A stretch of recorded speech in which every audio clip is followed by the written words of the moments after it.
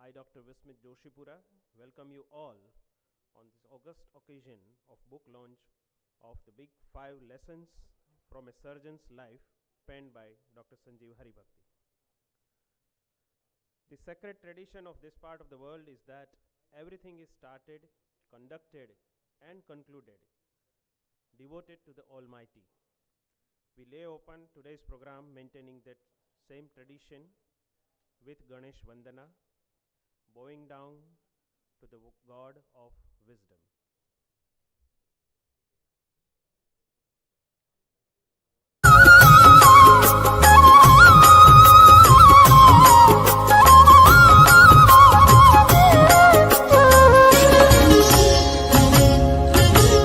वक्रतुण्ड महाकाय सूर्यकोटि समप्रभ निर्विघ्नं कुरु मे देव सर्वकार्येषु सर्वदा। वक्रतुण्ड महाकाय सूर्यकोटि समप्रभ निर्विघ्नं कुरु मे देव सर्वकार्येषु सर्वदा। वक्रतुण्ड महाकाय सूर्यकोटि समप्रभ निर्विघ्नं कुरु मे देव सर्वकार्येषु सर्वदा। वक्रतुण्ड महाकाय सूर्यकोटि समप्रभ निर्विघ्नं कुरु मे देव सर्वकार्येषु सर्वदा।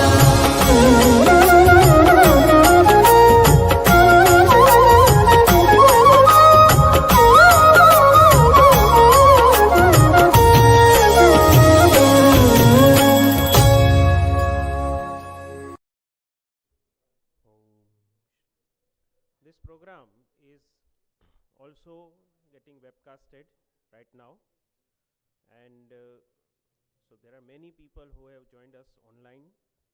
I welcome you all of who has joined online also.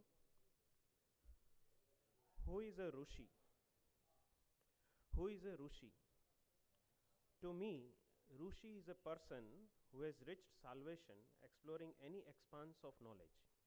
They take any path of the knowledge, they go on, refining, and then they reach the salvation. That person is a Rushi. And so far we have just seen the imaginary pictures of Rushis with beards and all. But today we are here to see, listen, and meet even Rushis of gastroenterology, namely Dr. Samiran Nandi, Dr. V.K. Kapoor, Dr. D. Nageshwar Reddy, Dr. Adarsh Chaudhary, Dr. Palani Velu, Dr. Parveen Bhatia. These are the persons who are intellectual heirs of the great teachers of Nalanda, Takshashila, Vikramshila, Valbhi, etc. ancient universities. I welcome all of the distinguished guests. So we start with our program with a video presentation by Dr. Nageshwar Reddy. Dr. Reddy is at present not available with us as he is occupied in his international travel to another conference, but he has sent us his video talk. Dr. D. Nageshwar Reddy graduated from the Kurnool Medical College, did his MD in internal medicine from Madras Medical College, and DM in the gastroenterology from PGI Chandigarh. He is the chairman of world's biggest gastroenterology hospital, Asian Institute of Gastroenterology.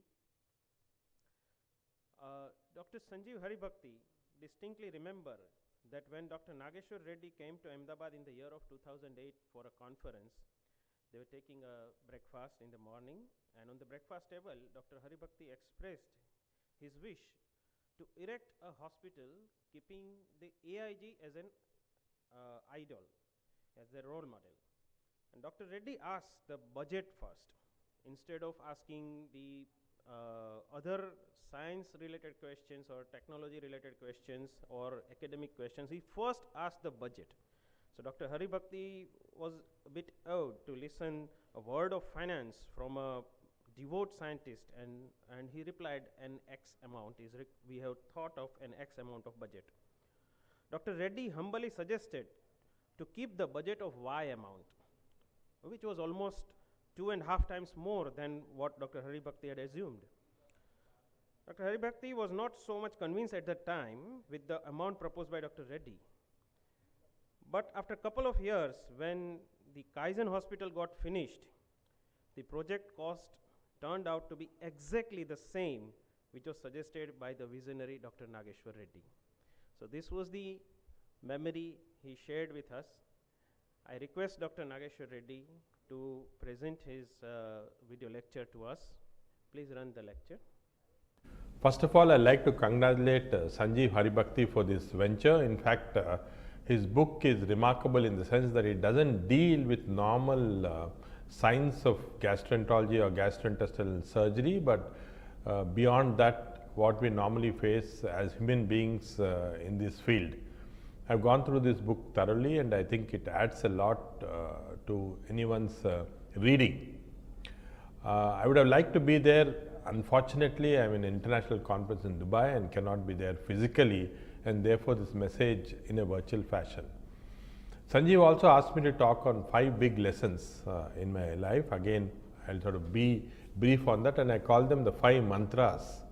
The 5 mantras in success are: don't miss opportunities, enjoy your life, socialize in work and free time, family and friends are important, and physical activity is important.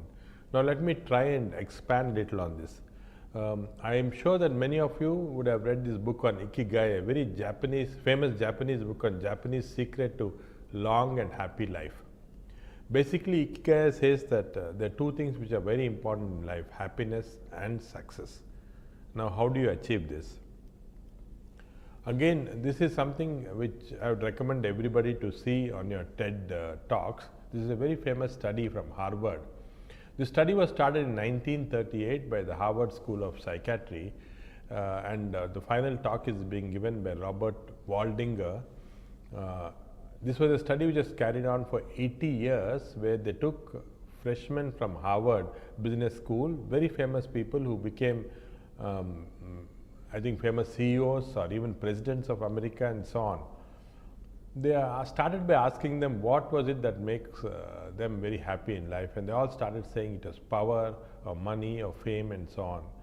At the end of 70 or 80 years, when many of them were about to die, they were asked the same question again, and the answer they got was surprisingly different. Most of them said it was not power, it was not money, it was not fame, but it was a social networking, a happy life, which was ultimately what they found was the happiest. That is, people who had networked socially well, who had many friends, were happy with the family, were happy, and there was no relationship with what money they made, what fame they got, or what power they had. So ultimately, happiness was not the success you achieve in money, fame, or power, but in success you achieve in terms of your relationship with your friends, family, and so on. And this was a very interesting study. Let me come to this concept of blue zones. There are 5 zones in the world designated as blue zones. Now, these are zones where higher than usual number of people live much longer than average. Now, in these zones, most of the people live above the age of 90 years, and the largest number of centenarians are in these zones. It's Loma Linda in USA, Costa Rica, Sardinia in Italy, Ikaria in Greece, and Okinawa in Japan. When it was identified that people in these areas are not only living long but living very happy, the National Geographic sent its main one of its workers to go to each of these areas to see why this is happening. The Blue Zones is the paper that came out of Dan Buettner, and he says the reason why these people live long, why these people live very happy, are because of so-called 9 things, the power of 9. First of all, they reverse disease by finding a stress relieving strategy, and usually it's like it could be yoga, meditation, anything. They find in a purpose in life which adds years to your life, and everybody has a purpose. It's not just that living purposefully.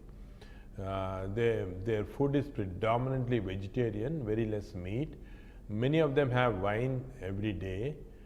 For them, family comes first, and 80% rule is followed. That is, they never eat full. All of them eat only half, so that they feel that once you eat full, then you have a tendency to reduce the lifespan.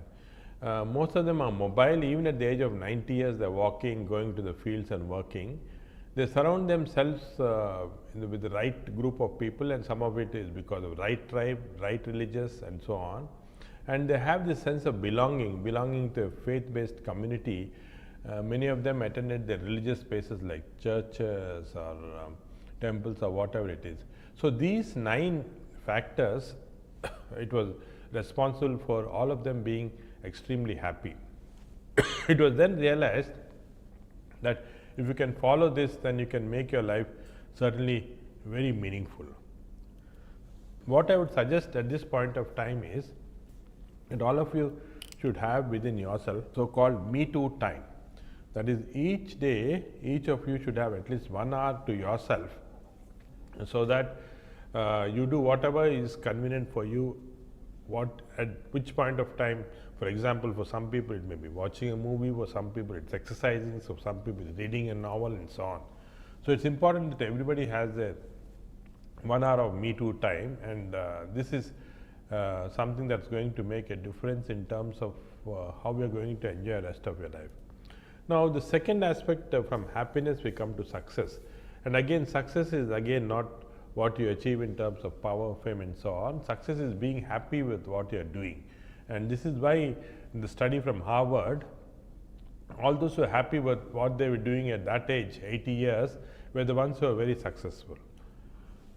Now, success is not an accident, it's a result of an attitude. If you think you can, you can. If you think you cannot, you cannot. You're right either way, but I think it's very important to have a positive attitude, think you can and you can do it. Most successful people have what this is called the PCP formula. One is positivity, they're very positive about things. Two, they compartmentalize their feelings into different compartments. For example, all of us as doctors have problems in the hospital, problem with the patient, problem in the house, there may be some other stresses because of family and so on. Now, it's very important that each of these is compartmentalized to different zones in your brain, so that they don't interfere with each other. You then come back to your problem one by one. You solve one problem, go to the next compartment. This compartmentalization concept is very important. And third, of course, is physical activity. So this PCP formula is increasingly gaining attention now in those who are very positive people. The other important thing is the 10x rule that I suggest to you, that there are actually 4 kinds of people. There are some people who do nothing and they want to be successful, but I want to do anything about it. Nothing happens to them. The normal action takers, average life, average goals, average outcomes. These are the people who again do not achieve much. They are retreaters who have failed once and are not going to try anyway. But it's these people who actually do everything that they take massive action takers, they call. They dream big, struggle to achieve these goals. So what you should be is into this group of people who tend to achieve what they want. They dream big, they achieve big, and this is again a very important principle in life. Rajat Gupta was once in our hospital, and I asked him how he achieved so much in life. Of course, unfortunately, later in the life he got into problems for some things that were not his liking. But anyway, what he said was very clear, that whenever he achieves a level of comfort zone, he raises the bar above, and you set a higher bar so that you keep achieving more and more. So never let your comfort zone settle down at a bar. Keep thinking of achieving more and more, and that's how you get more. I had an opportunity of a dinner once with another very famous figure, CEO of an IT company, and asked him what was the reason for your success. And he told me very clearly the reason for his success. Actually, I told him, can you tell me in a sentence? And he said, I can tell you in a word. The word is team. If it's the team is the one which is responsible for your success, and again, as doctors, we don't realize this. Coming together is the beginning, keeping together is the progress, working together is success. In fact, as physicians, as doctors, we are not trained in this. Medical education typically produces practitioners working solo. However, modern management of patients and institutions requires teams. Physician training is full of example of absence of team building, and this is unfortunately very true. So, none of us are actually trained to become good at team building. And this is another interesting book which actually tells you what they don't teach you in medical school. The 3 skills that they don't teach you are communication, people management, and entrepreneurships. And these are the 3 skills that are very important when you're managing people, when you want to start enterprises, and when you want to communicate better with people, because these are the 3 important words that are not used by doctors, that as a team, a part of the team is very important, to say thank you, to say I'm sorry, and to ask your team members constantly, what do you think, is this the right method? Good leaders always do this, and that's how you become good. In fact, the leadership success depends upon varying from being very strict to soft, from being dismissive to appreciative, to be disconnected sometimes with the people, to show empathy. So, all these are very diametrically opposite characteristics that are important in leadership, that have to be exhibited at various points of time. Now, in a team, you will get across 3 kinds of people: people who make things happen, people who watch things happen, and people who wonder what happened. And actually, real success comes to the doer, not the observer. I think all of you who have worked in teams would have observed these 3 kinds of people, and you also would realize that it's a real success that comes only to those who actually make things happen and not wonder why it happened. We often observe this in our team: the winner has a solution for every problem, the loser has a problem for every solution. That's why one of the most important 5 mantras for success I would suggest is surround yourself with positive people. Try and eliminate the negative people, because these are the ones that pull you down. It's the positive people who pull you up. And the other important thing is, everybody says work hard, but working hard is not so easy. What you should do is not work hard, but work smart. This is a book which was important book based on this, that how you can convert working hard into working smart. That is, you have to really enjoy your work, and when you enjoy your work, hard work becomes easy work. And this is again allocating your work in proper ways. How you do that instead of wasting your time on unnecessary things, you can really increase your work efficiency. All of us have 2 ways of thinking. We think fast and think slow. There are 2 systems. The thinking fast system has come based upon our need in the jungle, for example, to escape danger. We have to think fast and run. So, this is where the system 1 creates excess cortisol, excess adrenaline, and produces a sudden emotion. So, our anger, our laughter, all is secondary to thing. System 2 is when we think of long term, it's more driven by rational, and this is the one which makes us better in terms of planning for our future, planning for the success of the future, instead of actually basing our emotions on the sudden episodes that occur. So, it's very important that you minimize your system 1 and maximize your system 2, so that the ultimate success is achieved by this. And so, that's coming to this very important statement that recently Kapil Dev said when we lost the World Cup, and all the players were saying there's too much pressure, and that's the reason. He said, if you are an Indian team, it's not pressure, it's pleasure. So, what we have to do is convert this pressure into pleasures, and only then we can do what we can do. And the important goal is to enjoy what you are doing. As doctors, we have the opportunity to come across so many interesting stories from our patient, and you should keep looking at these stories not as lesions, as ulcers, as cancers, but as interesting stories occurring in every patient's life. I think this is important. The other important thing is to take opportunities, grab opportunities when they come. This is what I'd call serendipity that occurs in everybody's life. Opportunities, we have to take these opportunities and build on this. Let me tell you an example of my own. I was practicing in a small place in Medinova, 2 rooms, 1 endoscopy room when we started. A chief minister in the neighboring state's wife had lap coli, had severe cholangitis because the stone slipped into CBD. They couldn't take it out. We were called. He sent in his private jet. We then went in and took out his CBD stone from his wife's very severe cholangitis, saved her, and then he told us, what do you want? Can you start a center here? I said, no. Can you help us in Hyderabad? And that's how we got this old AAG hospital, Somajiguda. Soon it got filled with patients. Rush. The chief minister at that time once visited us and said, there's so much rush here, why don't you build a bigger place? And then we grabbed that opportunity, and then we built the new AAG hospital. So this just show that great things are not done by impulse, but a series of small things that come together.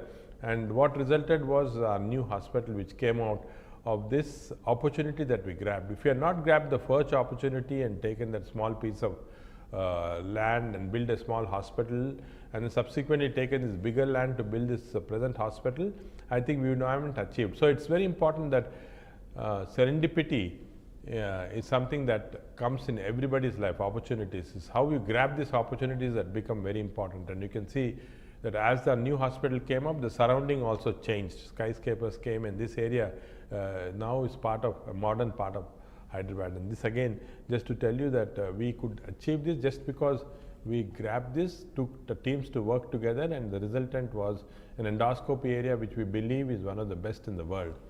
So everybody has luck, chance, opportunity. It's very important to react properly, reject them, do not grab them. Tomorrow if you have an opportunity to start something, don't say no, we won't start. In fact, I remember many years back, Sanjeev Haribhakti was starting this new hospital, which I was fortunate enough to inaugurate, maybe 20 years now. And they had this opportunity, they immediately reacted, they grabbed it, started, and now you can see the final result. I recommend you to read this very nice book called The Chansey World by a Russian author, where everything in life is a chance, and how you grab this chance that makes a difference.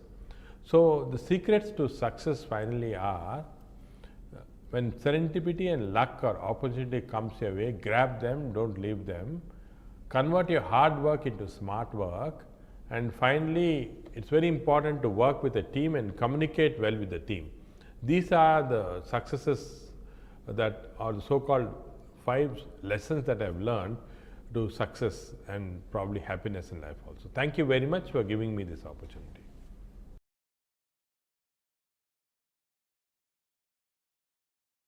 Many thanks to Dr. Reddy for presenting his views regarding the success, what he has thought all throughout his life, and we can have a glimpse how much voracious reader he is.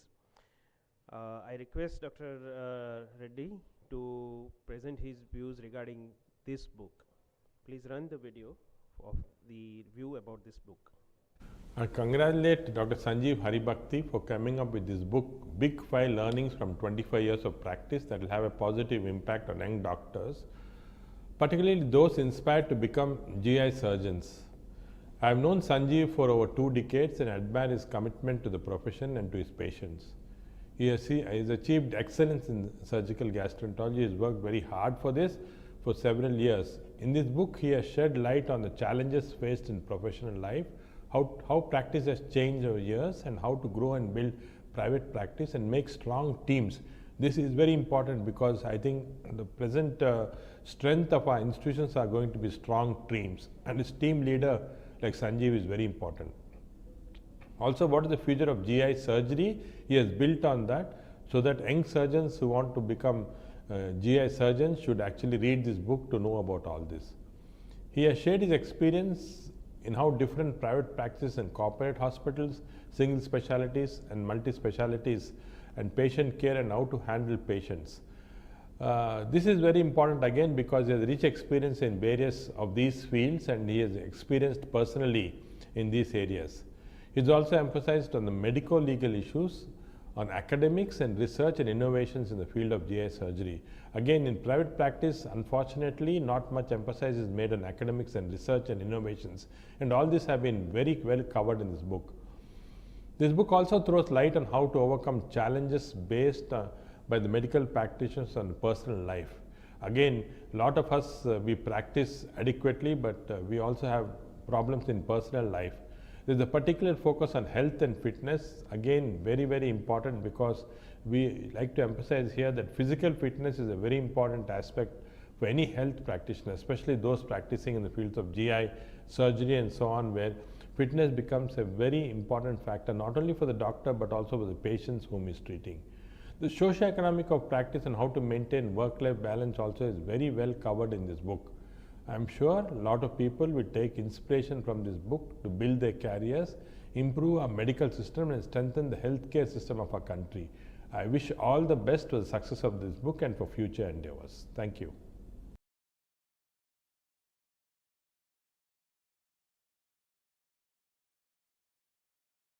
Thank you very much, Dr. Reddy, for your kind words. Dr. Samiran Nandi, we all know him very well. He is like a banyan tree to all of us. He is with us online right now. He has joined us online. And Dr. Samiran Nandi is trained at Cambridge University, Hammersmith Hospital, and Massachusetts General Hospital, Boston. And his greatest contribution to the fraternity is his key role in passing Human Organ Transplantation Act in 1994, and the sweet fruits of his efforts we are testing today. These people are very important for the fraternity. They are master surgeons, they are excellent teachers, they are excellent orators. Simultaneously, they have an additional skill to connect to the right people in the administration, connect to the right people in the polity, and that's why they change the direction of a nation's entire medical field. So these people have far more contributions than an average good surgeon. Currently, he chairs All India Institute of Medical Sciences, Rishikesh. Dr. Sanjeev Haribhakti jovially remembers his first encounter with Dr. Nandi. In 1992, Dr. Sanjeev joined as a senior registrar in the All India Institute of Medical Science Department of Surgical Gastroenterology, where Dr. Nandi was heading as a professor. On first day after the rounds, as Dr. Nandi came to know that this new kid from Gujarat has no research project on his hand, he assigned work of looking after Bhalla's rats. Now, what is this Bhalla's rats? So it was a very perplexing question for Dr. Sanjeev, that what is this Bhalla's rats, and I am told to take care of Dr. Bhalla's rats. So Dr. Bhalla was doing some research on rats in animal lab of AIIMS, and he passed out from the AIIMS, and now all the rats were not having anybody to keep them up. And so Dr. Haribhakti was given that assignment to look after those rats in the animal lab. Dr. Haribhakti kept them very well and presented his paper after that. So I would like to request Dr. Samiran Nandi sir to give his views regarding his big 5 lessons of a surgeon's life.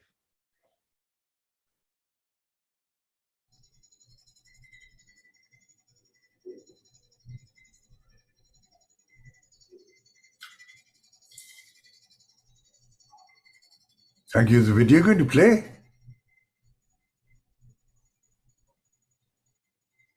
We can run your video right now. Yeah, please.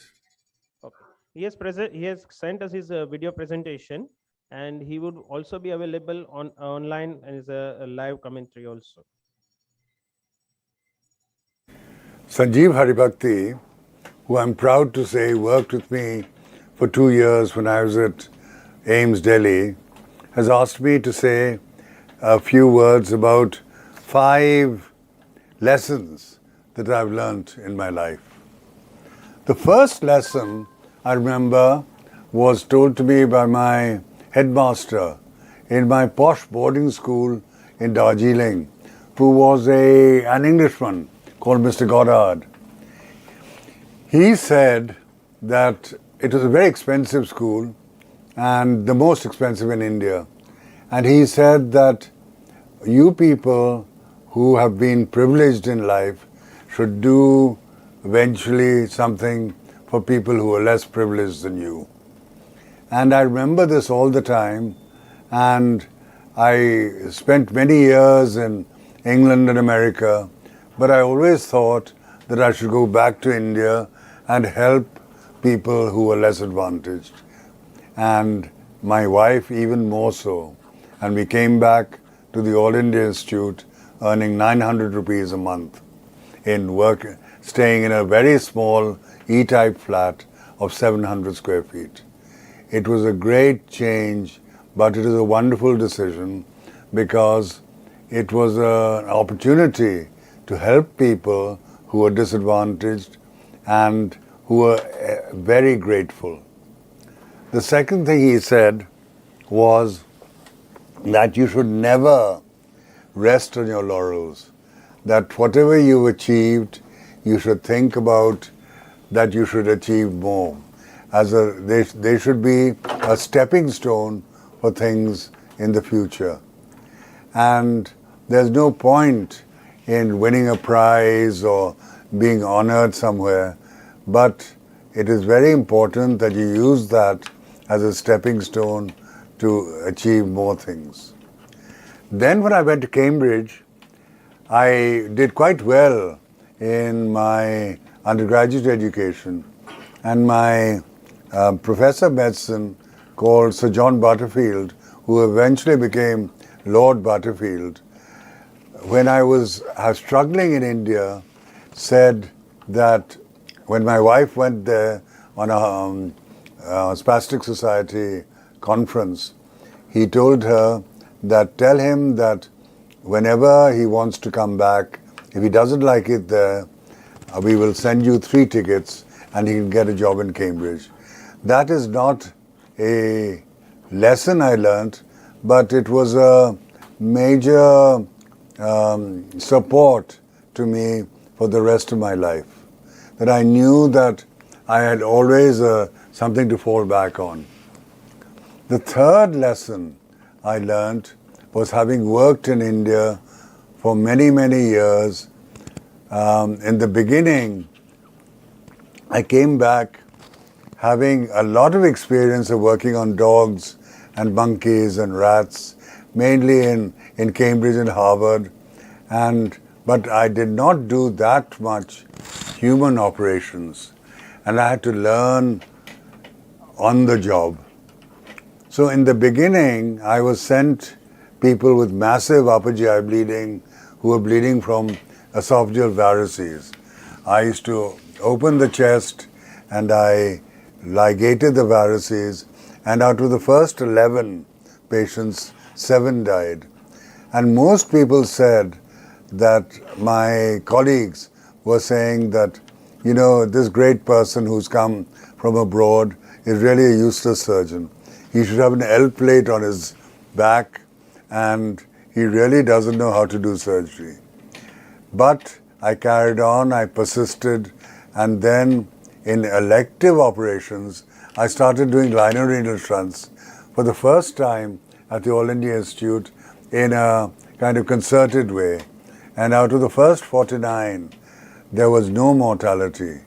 And then this helped me to go forwards and do other more complex operations, and eventually helped to establish gastrointestinal surgery at the All India Institute.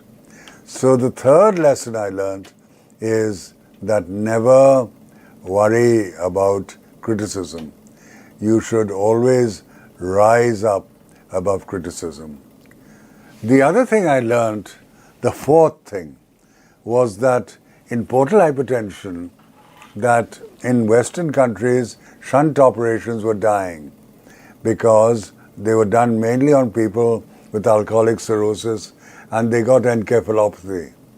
In India, most people were poor, they came from villages, and they had no access to bleeding, and a shunt operation was a one-time procedure which would stop them bleeding. But surprisingly enough, that whereas in Western countries, the people with alcoholic cirrhosis had encephalopathy, none of them that I operated on out of 600 had encephalopathy at all. We've never explained this. So we've written all this up in the British Medical Journal, the Lancet, the British Journal of Surgery, and it has been reproduced all over the world now. That extrahepatic obstruction, you don't need any, a shunt operation is the ideal solution for a poor person.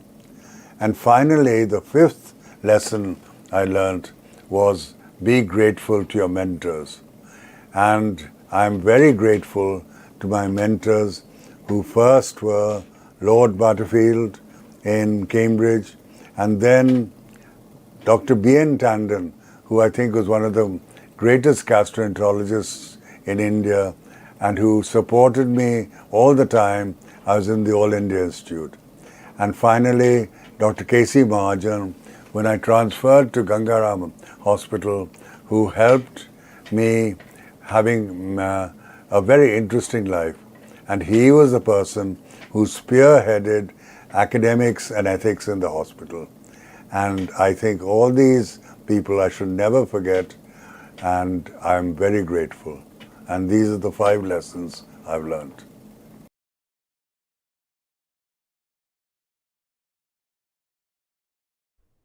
It was indeed a pleasure to hear directly from Dr. Samiran Nandi about his big 5 lessons, what he learned all throughout his insightful life. I would request to run the presentation about what are his views about this particular book. So please run the presentation of about the book. I read Sanjeev's book from cover to cover, and I was really enthralled. It is the opinion and outpourings of a very successful gastrointestinal surgeon who talks about how he attained his present eminence. He talks about his school days, his medical college, his work, and how his training, his family, and his philosophy, and his deep interest in religion. And I think that if I had been younger, I think that all young people should be compulsory reading for all young surgeons who are going to be trained. And if I had been younger, it would have been a wonderful thing for me to have got hold of. Thank you very much.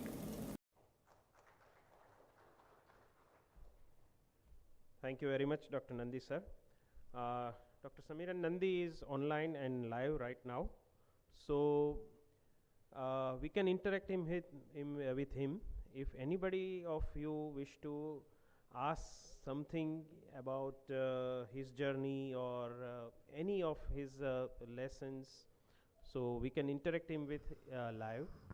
And Dr. Nandi, we all are here to listen from you some other points you wish to highlight regarding young surgeon's life, the changing scenario, ethics, which we would like to talk.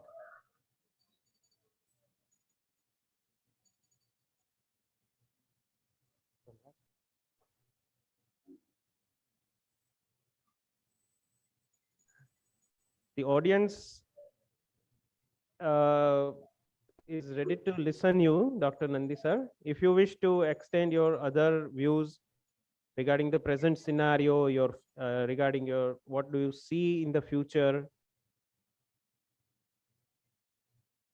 Sorry, do you want me to come? The sound isn't very good, but you want me to comment on the present scenario and what the future holds? Yes, sir. I think the present scenario is not good.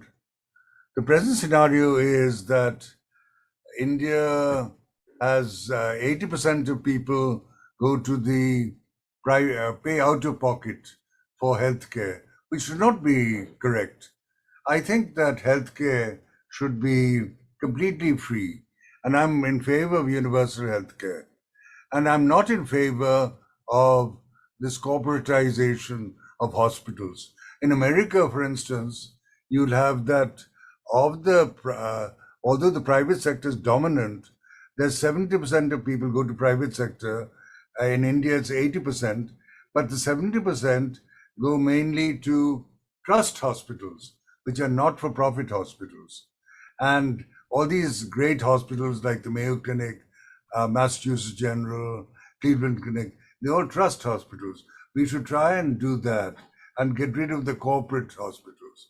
The second thing, I think, in the future is that there's a great future for Indian GI surgery or medicine. Because, for instance, as you said, the Transplantation of Human Organs Act came in 1995. And now in liver transplants, India does about 1,600 to 2,000 liver transplants a year, which is higher than all countries in the world except for America, Japan, and Korea. And I think that China and Korea, not Japan, we're much higher than Japan. I think that if we can do very well in such a complex thing like liver transplant, we can do it in most other centers. So the two messages I think are that we should have more accessible, affordable healthcare, which is appropriate to our population. I forgot to say that one of the lessons I learned was you must have Indian solutions to Indian problems. There's no point in copying the West. It's good to read up New England Journal of Medicine, but you should think global but act local. So the first lesson is do what is appropriate, and the second lesson is we have a great future. Thank you very much.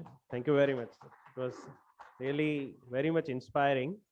I have also I'm also fortunate to have some passing some brief time with you in Sir Gangaram Hospital, and I distinctly remember that for any you ask questions to the residents, and the resident will give some standard bookish answer. So you have a particular phrase. Can you apply this to the patient from Darbhanga? I think this was your favorite phrase, I remember, in Sir Gangaram Hospital. If anybody wants to ask any question, it is open. Yes, please.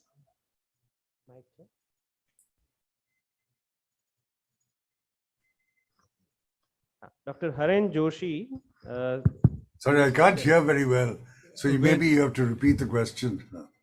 Yes, now he's asking the question. I'm going to ask the question that when I was in the USA, we almost stopped doing shunt operation because of the liver failure, and then ultimately ended up doing a proximal renal shunts. As you described that in India, when you did the shunt, encephalopathy did not occur. What was the reason that encephalopathy did not occur to the patient in India when you did the shunt? The question I wish I could answer the question. It's a mystery. We got 18 lakhs from the DST to research on this, and we never found out. The problem is the first shunt operation that Eck, it's not because the liver was normal, because the first shunt that the Russian surgeon called Eck did on dogs, the dog died of encephalopathy. But in extrahepatic obstruction, probably these people have been there a long time, and the portal vein has been sort of taken over by collaterals. We never found this. And funnily enough, extrahepatic obstruction occurs mainly in poor people, and it doesn't occur in rich people. So in Gangaram, all the shunt operations we do are for people in the general ward. In All India Institute, in those days, we used to do between 70 and 90 operations per year. And now I think it's gone down. And non-cirrhotic portal fibrosis, which is another cause of portal hypertension, is practically disappeared. It's most strange, but I wish I could answer your question. It's a very important question, but we don't know why. But a lot of medicine is empirical. In the old days, we didn't know why aspirin cured headache. Now we don't know why people with extrahepatic obstruction after shunt operation don't get encephalopathy. It's a very interesting thing to research. Thank you, sir. Thank you, sir.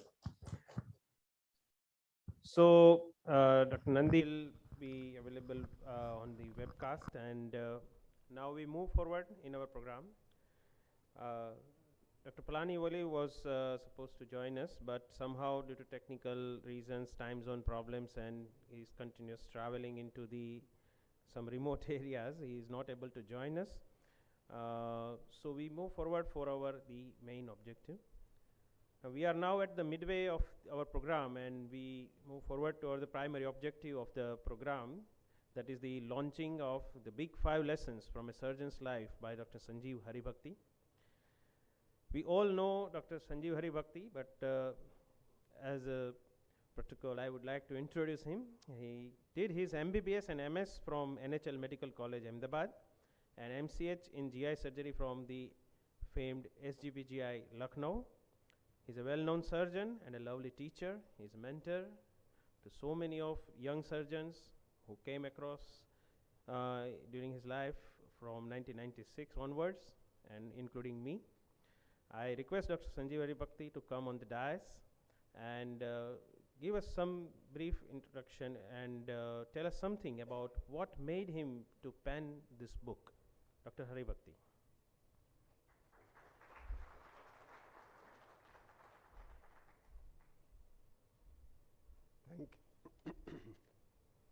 Thank you, Vismit. It's indeed a pleasure today for me because we have some galaxy of wonderful faculties with us. I welcome all of them, Dr. Adarsh Chaudhary, Dr. Vinay Kapoor, Dr. Parin Bhatia, who are with us physically, and Dr. Nandi, Dr. Nageshwar Reddy, and Dr. Palnivelu, who are there with us virtually. I also welcome all the delegates who have come. Some of them are my teachers, my friends, my mentors, my students. And I'm very happy that a lot of people have joined online to witness and see this program also. The first question that comes in the mind is, why this book? Why did I want to write this book? We all know that life of a surgeon is not an easy one. It is filled with lots of difficulties. Just like when we go on a African game park safari, it is difficult to spot those big 5 animals or mammals. Similarly, a life of a surgeon is such that he has to face several challenges in his life due to various uncertainties, pressures, decision making, because the decision making of a surgeon materially affects the life of a patient. That's why he is always on his toes at whatever time of the day, night. And this makes the life quite complex for a surgeon. That's why we constantly need to do some of the other balancing acts between our personal life, our family life, our professional life. And in the process, there may be some joys, but there are often some sorrows, there are often some failures. And it's important for us to pick up, learn those right lessons from our failures. And I wanted to go a step ahead and learn to share these kind of lessons with others so that we can, enrich ourselves, we can learn from each other, we can learn from mistakes of others. And that is one of the primary purpose of this book, especially for the young surgeons who are pursuing on this career path, who want to choose this path and would know what this path is all about. Dr. Nageshwar Reddy very rightly said that, that fine balancing between success and happiness is also very important. A lot of people we see in our day-to-day life are successful, but they're not happy from within. And what is that fine balancing also is something that we need to learn from the masters, those who are with us today. The second question is, yes, if you wanted to write a book, you could have written and just published it online or wherever. Why this fanfare? Why this big launch function, the CME? Why do you call people? I think the reason is because I wanted to, really sensitize this issue, create an awareness among surgeons that there are several life lessons that we learn which we can share with others. I wanted that we could, even if it inspires even 1 or 2 surgeons to pen down their experiences, I think my job is done. I wanted to share this experience so that the flame of knowledge which was ignited by my teachers and which has helped us in our career will probably inspire somebody else, and that flame of knowledge can continue. As our friends, our mentors tell us, ज्योत से ज्योत जलाया करो. So with this, went on this journey, and I'm very happy that today this book is seeing the light of the day. The another important purpose of writing the book is to have a gratitude for a lot of people who have contributed in my journey for what I am today. And this contribution cannot go unacknowledged. It has to be acknowledged. I would like to acknowledge the immense contribution of my wife Niba, my daughter Pranali, in giving me the strength and the support for pursuing all my dreams. I would like to dedicate this book to my parents, who have been very, very supportive, unconditional love and support for my childhood, my education, and then thereafter giving me so much of freedom. My teachers, some of them who are here, my school days, my 12 teachers, Professor Gemawati is here, my physics tuition teacher. So many teachers have helped me during the school days. College teachers, so fortunate to have wonderful college teachers. Then my foundation training teachers like Dr. Nandi, Dr. Kapoor, so many others who shaped our career. My friends who were very inspiring all throughout my school days and college days. I've got a lot of inspiration from my friends because I've shared in this book that I was a mediocre student, but then how at a particular time, how the influence of my friends, my teachers, all this made me into a doctor and a surgeon is mystery for me even today. Our team at Kaizen, who have been solidly with us all throughout in this journey, Dr. K.S. Patel, Dr. Atul Shah, and a lot of other people who are with us in thick and thin continuously. So we have had this, very fortunate to have this wonderful team, not just the medical team, but the administrative team, the IT team, who have worked very hard to make this function a success. I would particularly like to mention my administrative assistant, Ronnie, who has worked very hard for this book. She has seen all the proofs, she has done all the changes, coordinated with our publishers. I would particularly like to mention them, have gratitude for them, Zen Opus, Kiran Thakkar and their team. They have done a wonderful task because there were several iterations and repetitions and so many changes that went along in this book. Finally, for proofreading, I would like to thank Amitaben and Compier Vismith for this function. All the delegates who are present here, all the friends who are present online on the webcast, I would like to thank them, because without this, there is no, that's the purpose of the book. And finally, without thanking the Almighty, with whose divine grace everything is possible, there is no way we could have done this. So with this, I thank you all for coming here and sharing this joy with me. It's a very joyous moment because this is the first book that I have written on completely my own. I have written a few books earlier related to our profession, surgical gastroenterology, laparoscopic colorectal surgery, but these are all multi-authored contributions from some of the stalwarts in the field in our country and abroad. And that is a different ball game. Write completely on our own is a completely different ball game. It's a very short book, so that one can read it in 3 or 4 hours. It's a short, it comes out with messages, clear messages also at the end of every session. I'm sure you will enjoy reading this and feel the, because we all go through these same experiences with our patients, as we grow in our career. So with this, I thank you all, and I would invite all the faculties on the stage for the book launch.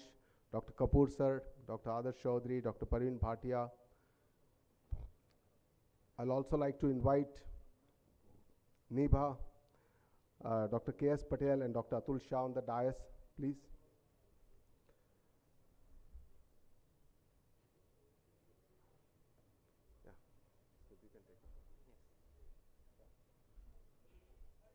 Please come on the stage, sir.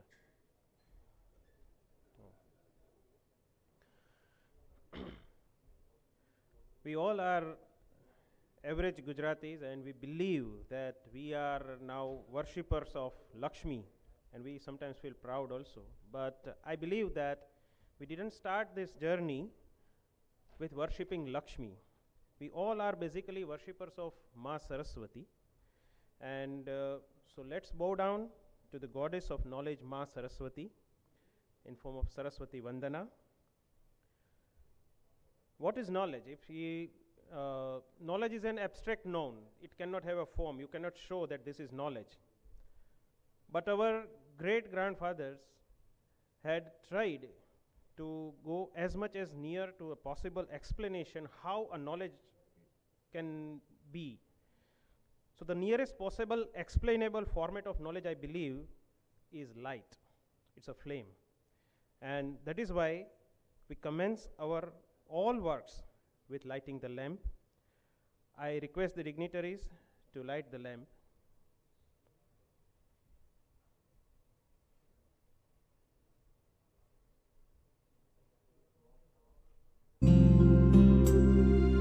या कुन्देन्दु तुषारहारधवला या शुभ्रवस्त्रावृता या वीणावरदण्डमण्डितकरा या श्वेतपद्मासना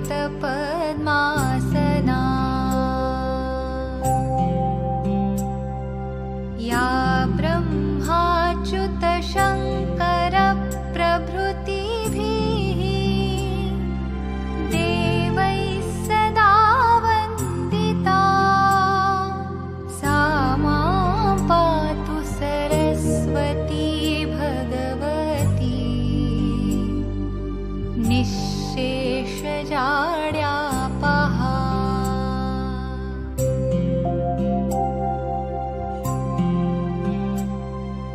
शुक्लां ब्रह्मविचारसारपरमाम् आद्यां जगद्व्यापिनीं वीणापुस्तकधारिणीम् अभयदाम्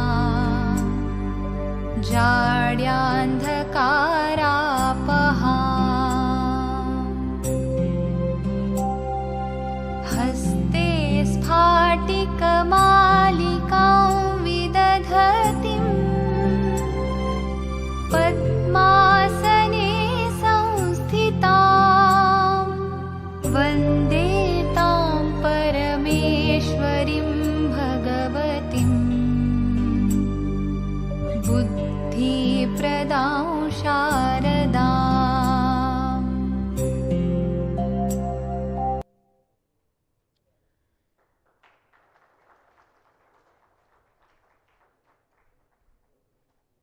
Now the book is officially launched, and we are very happy that it has come to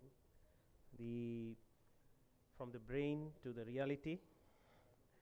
And we wish that all the young and experienced surgeons both take inspiration from this nectar presented to them in the form of the big 5 lessons from a surgeon's life. Give a big round of applause to the book.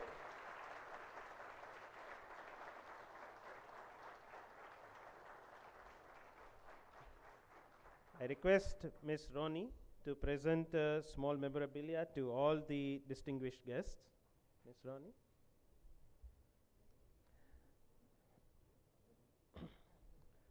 Dr. Parveen Bhatia, sir. Please take your seat in the audience. Dr. Adarsh Chaudhary, sir.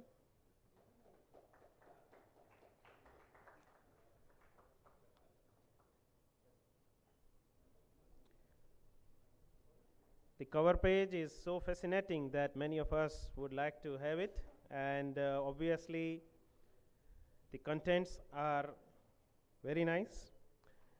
And so a little good news for all of you, that one copy, I would stress that complimentary copy for all of us is available, but after the lunch time we would all get a copy gifted by Dr. Sanjeev Haribhakti, and the book is now also available on the Amazon also.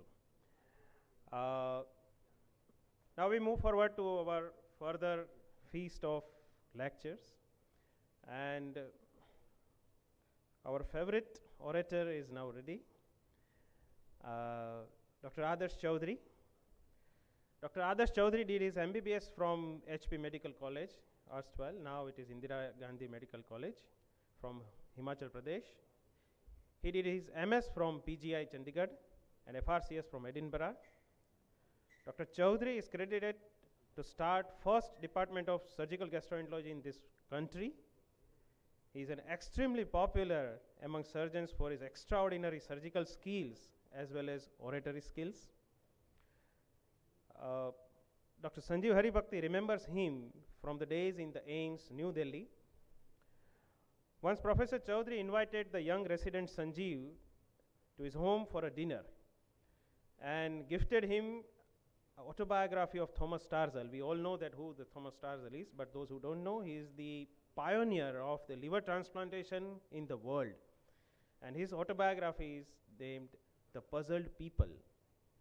The young resident Sanjeev read that book again and again and got inspired by the book. He wrote a thanks letter to Dr. Adarsh Chaudhary in 1992, in the year 1992. So it was a letter from a resident, or many residents. He must have taught so many residents in his life, but he preserved that letter for another 3 decades. And sent his photograph to Sanjeev Haribhakti before few months. And you can see the letter in the book also. So these small things matters a lot. Why Dr. Adarsh Chaudhary is Adarsh Chaudhary? Because he knows that what is valuable. He keeps this small gesture of thanks for 3 decades. He preserved that letter for 3 decades and presented it to that person who later on became a renowned surgeon. Over to Dr. Adarsh Chaudhary, sir.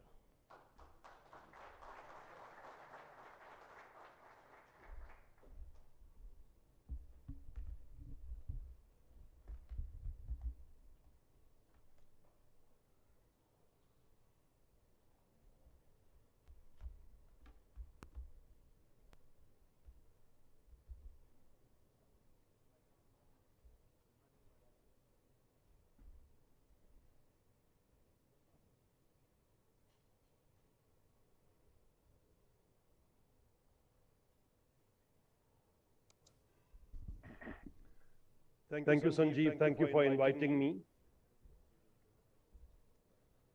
There are 2 ways of learning things in life.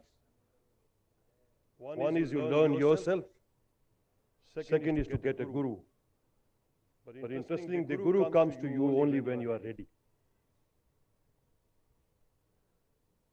The ideal guru is the one who is real. Real means the guru should be reliable. He should be evolved, he should be accessible, and he should be learned. And I was very lucky that at a very young age, I found my guru, because I never had the innate capacity to be wise, but I found a guru in me at a very young age, and I learned the lessons of my life very early. I grew up in Simla, and that's a beautiful city. It has a lot of British influence. The railway line was laid by the British. And when I was studying in Simla was possibly the only city in the country where every evening you had the choice of watching 3 English movies. So we could watch 3 English movies any day. So my college used to finish at 5, and I had the choice of watching 3 English movies. Unfortunately, my parents were not control freaks. They let me do what I wanted to do. So I met my guru in Simla, and that's my guru, Hollywood. I watched movies left, right, and center, and contrary to what you people believe or made to believe, movies are not for entertainment. It's a fantastic movie produced in 1991 called The Grand Canyon, which is a movie about a story of relations, interactions, getting together, where this is the punchline. That's a part of the problem. You haven't seen all movies. Most of life's questions are answered in the movies. And that's what I have lived and I have felt and I'm going to share with you. Interesting thing in life is we talk of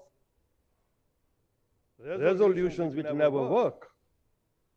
Suppose you decide and I want to lose 10 kilos in 1 month. It's never going to work. It's never going to work because it has no point. If you decide that I am not going to eat dessert after dinner, that's going to work. So it's micro resolutions in life which work. You say, I want to be honest in life. Everybody says honest. It has no meaning. Honesty means next time when I go to a conference and there are pens lying there, I'll only pick up 1 pen.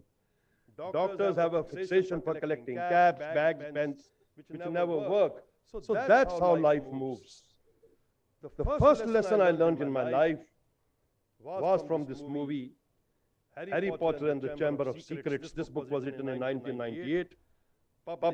Movie came in 2002, and at that time, it was the 5th highest earning movie ever produced in Hollywood. My first lesson is that it's our choices that show what we truly are, not our abilities. If you think, Rohit Sharma has more strokes than Virat Kohli has. He's a more gifted player, but his choices are poor. He doesn't know what to execute one. So it's not your abilities, it's our choices. This is a patient of acute pancreatitis, severe acute pancreatitis. You can see gas in the pancreas. This patient is very sick. You do a necrosectomy in the patient, you may be the world's greatest surgeon. You will push this patient to an organ system failure. So it's not your skills, it's your decisions that determine what you are. So the first message is that there are no answers in life, there are only choices. The mistake we make as human beings, as surgeons, is that we want to get an answer to every question in life. Some questions do not have answers, accept that. Mistake is you assume a wrong answer, and that spoils everything. The problem is not ignorance, it is the illusion of knowledge which destroys most of us. So the first knowledge is try to learn to make proper decisions, and your decisions are based on your capacity to think. The second message is based on one of the best movies I've ever seen in my life. It's called 12 Angry Men. How many people in the audience have seen this movie? Those who have not seen, God will not excuse you. You are guilty and you should be ashamed. This is a movie produced in 1957 by Sidney Lumet. It is one of the greatest understanding of human mind, conflict, controversy. It's a black and white movie shot in one room, 12 people discussing a problem, and what a brilliant sentence used by Henry Fonda, that whenever you run into it, prejudice always obscures the truth. And that's the biggest problem with us, because we have what is called as a confirmation bias. We seek, interpret, filter, research information that suits our beliefs. We do not want to listen to another point of view. Somebody who does laparoscopy only searches internet for information on laparoscopy, not on the other side. So confirmation bias is one of the biggest obstacles to medical personnel. I'll tell you a true story. A 67-year-old diabetic patient has coronary artery disease, has 2 stents, antiplatelet drugs, had passed some blood in stools, and proctoscopy showed grade 2 hemorrhoids. Next operation was a hemorrhoidectomy, because that's what we always do. In the post-op period, he bled again, and the operating surgeon said it is because of the antiplatelet drugs, because he's bleeding. Problem with life is that doubt is uncomfortable state, but certainty is ridiculous. When you're so sure of yourself, you'll end up into problems. Do you know, in the US, One of the leading cause of medical suits, Salve agree, is for wrong management of rectal bleeding. Elderly patient was bleeding in rectum, something else might be happening, but we never have a mind to it. So sigmoidoscopy was done. There was a growth found at 15 centimeters. Biopsy came as adenocarcinoma. CT scan showed no metastasis. The plan was a laparoscopic anterior section by the operating surgeon. Since he had a bad heart, he was referred to a hospital. The big catch in this, we did a colonoscopy, there was a second tumor on the right side. That's how we make mistakes. The problem with us is we assume the obvious to be true. The most dangerous word in medicine is obvious. The obscure will eventually show it is the obvious which causes problems. Never believe the obvious. That's another mistake we make in life. So this is the second lesson of life, that many of us believe that we are thinking, but actually we are rearranging prejudices in our mind. The mark of an educated man is to entertain another man's opinion as also an opinion. But unfortunately, we are shut. We believe that my point of view is the only point of view which is correct. That's why we do not learn anything. The third lesson is one of my favorite movies. It's from a movie called Karate Kid. In this movie, Jaden Smith, who is a 12-year-old boy, comes to Beijing, where the school children beat him up, and he meets Mr. Han, who's Jackie Chan, who treats him for martial arts. It's not about treating about martial arts, it's training your mind. So Jackie Chan tells him, what a powerful sentence, your focus needs more focus. The biggest problem with most of us is we do not focus. Half of you sitting in this hall right now thinking something else. That's the tragedy of our life. We do not live in the power of now. We need to learn to focus. Look at this patient underwent a laparoscopic cholecystectomy, had external biliary fistula, cholangiogram done, right ducts in, left ducts in, we don't know what's wrong. Everything is normal. But that's not true. What is happening is this patient has a right posterior sectoral duct which is separate. Because you do not focus. You really do not have a mind to put, you want to see what is there, you have lost the power of focus. In years to come, there will be only two kinds of people in the world, those who can concentrate and those who cannot concentrate. You see people in meetings talking to you every 2 minutes, they check on their cell phone. What is it you are doing? You don't have a nuclear policy to decide. Some stupid messages you are trying to check which have no relevance. Because we do not learn to concentrate. This is such a powerful Zen saying that when drinking tea, just drink tea. Be where you are, and your focus will ultimately determine your reality. One of the biggest problems of surgical complications is there's a surgeon whose attention span is 45 minutes. You make him do a surgery for 3 hours, he's going to go it up. So you need to understand what is my attention span, how much surgery I can do. So learning to focus, to my mind, is one of the biggest lesson of life. And I'm not saying that you focus all the time. You know to differentiate that here I want to focus, and I can take it easy. My boss in PGI, Dr. Kataria, who was the best surgeon in the world I've ever seen, I've traveled all over, a man with infinite skills. What did I learn from him? He knew where to go fast and where to go slow, because he had the power of concentration. Whenever he'll reach the Calloch triangle, his surgery used to become slow. So the power to focus is something you need to cultivate, and it's a kind of a meditation where you kind of collect all your senses together and put it into a strong power. My fourth lesson is from one of my most favorite movies. It's called 7 Years in Tibet. It's a true story of an Austrian climber who spent 7 years in Tibet with the young Dalai Lama in 1940. Heinrich Harrier was a mountaineer from Austria. He came to climb the Everest. The Second World War broke. He was a German, so he was arrested. He was sent to Dehradun, where he escaped and went to Tibet. Dalai Lama was a young boy, and he spent time with Dalai Lama. And look at this powerful statement with one of Dalai Lama's minister tells Heinrich Harrier that The biggest difference between our civilization and your civilization is we emphasize get rid of your ego. One of the biggest obstacles with surgeons and physicians is our ego. Our ego does not let us believe anything. And three common cognitive biases which we have: illusion of control, that my anastomosis never leaks. If I say it is appendicitis, it's appendicitis. Because we have an unrealistic perception that I control events. I am God. There are three kinds of surgeons. One is CMG. Second is KCMG. Third is GMG. CMG is call me God. KCMG is kindly call me God. GMG is God calls me God. Please don't get into the GMG complex. So long as you're CMG, it's all right. Then we have an illusion of explanatory depth. We believe we know everything. I don't want to offend you.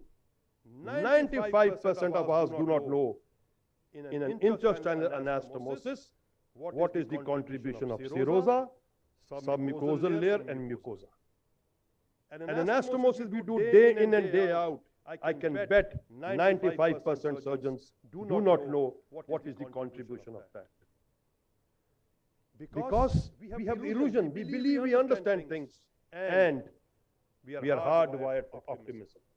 We believe everything will go well. If I ask you all to close your eyes for 2 minutes and imagine where will you be after 2 years, 99% of us will think, I'll have a big car, I'll have a big house, my boss will get MI, I'll become the boss. None of us will think that I might develop a hernia. Some of us might develop Alzheimer's. Because our mind is hardwired for optimism, and that stems from the ego we cultivate. What is the problem when we have a complication we do not reoperate? You know the leading cause of why not resurgery is done is a phenomenon called WWPT. Means, what will people think? I have done this surgery, I re-explore, my reputation is go down, so your ego comes in way of making decisions. And I feel so amused when people do little surgery and talk big things. To my mind, that makes no sense. What a beautiful ad by Heineken beer, that if you make great beer, you don't have to make great fuss. If you do good work, it automatically will be recognized. Don't make noise. Small dogs bark more because they need to bark more and need to get attention. The last lesson I learned is from my favorite movie. It's a 1995 movie in which Marlon Brando is a retiring psychiatrist. And Johnny Depp believes he's the world's best lover, based on the character of Don Juan created by Carlos Castaneda. And he goes to the psychiatrist, and Marlon Brando says this thing, that there are only 4 questions of value in life. What is sacred? What is the spirit made of? What is worth living for, and what is worth dying for? The answer to each one of them is love. Learn to love. Love your profession, love your colleagues, love what you do, love the people who work with you. Hate is too big a burden to carry. Love comes from inside. I tell you a story of a young boy who lived in a village, and he wanted to join an academy of chess. But that academy took selected people. So this boy knocked on the doors of that academy and said, I want to join this academy. So the Guru said, you cannot join because we only take some selected people. This boy said, but I'm fantastic. The Guru in his typical arrogance said, no, you cannot join. The little boy persisted. I have to join this academy, I'm the best. The Guru said, okay, on one condition. We have a game of chess with my best player, and whosoever loses will cut off his head. Are you ready? He says, I'm ready. So they laid a game with the best chess player of the institute and this young boy. And the Guru was watching. As in 15 minutes, he realized the young boy is winning. When the young boy was winning, the Guru noticed he was purposely delaying the game.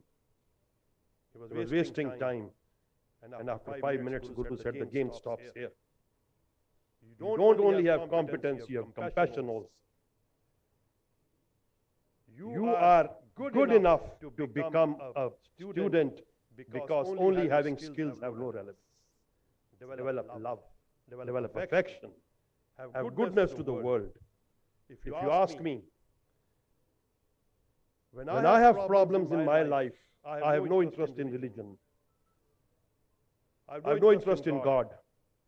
But when I have a problem in my life, what do? I look at this picture of Shiva. 5 big lessons of life. Look at the way in the first position, the way he's sitting. Concentration and meditation, totally indifferent to surroundings. Lesson number 1. Learn to concentrate. Look at picture number 2. We all know Shiva swallowed the Sagar Manthan's poison. Negative feelings will come in you. It's impossible not to get negative feelings. Take in the negative feelings, don't swallow them, don't throw them out, just alter them. This is Shiva's lesson number 2. Shiva's lesson number 3, the snake around our neck is the ego. We all have ego. We all want to be identified. We all think we are great. But look at the neck. The head of this snake is pointing downwards. Use your ego to develop yourself. Go inwards. Those who go inwards succeed. And look at the 4th lesson. Look at the Trishul in his hand. The 3 folks tell us that decisions should be based, bereft of ego, mind and intellect together. Put your decisions. And the last is dust on the entire body of Shiva, which tells us everything is dust. Learn to love people, not things. Once you realize everything is perishable, when we die, nobody asks what car you drove, what watch you wore, how many whipples you do. People only ask one thing: what difference you made to people's lives. And Sanjeev, you've done that. You've written a book. It may be a small drop in the ocean, but you made a difference to people's lives by contributing at least one bit of wisdom which changes somebody's life. Your life is worthwhile. Thank you so much for inviting me here.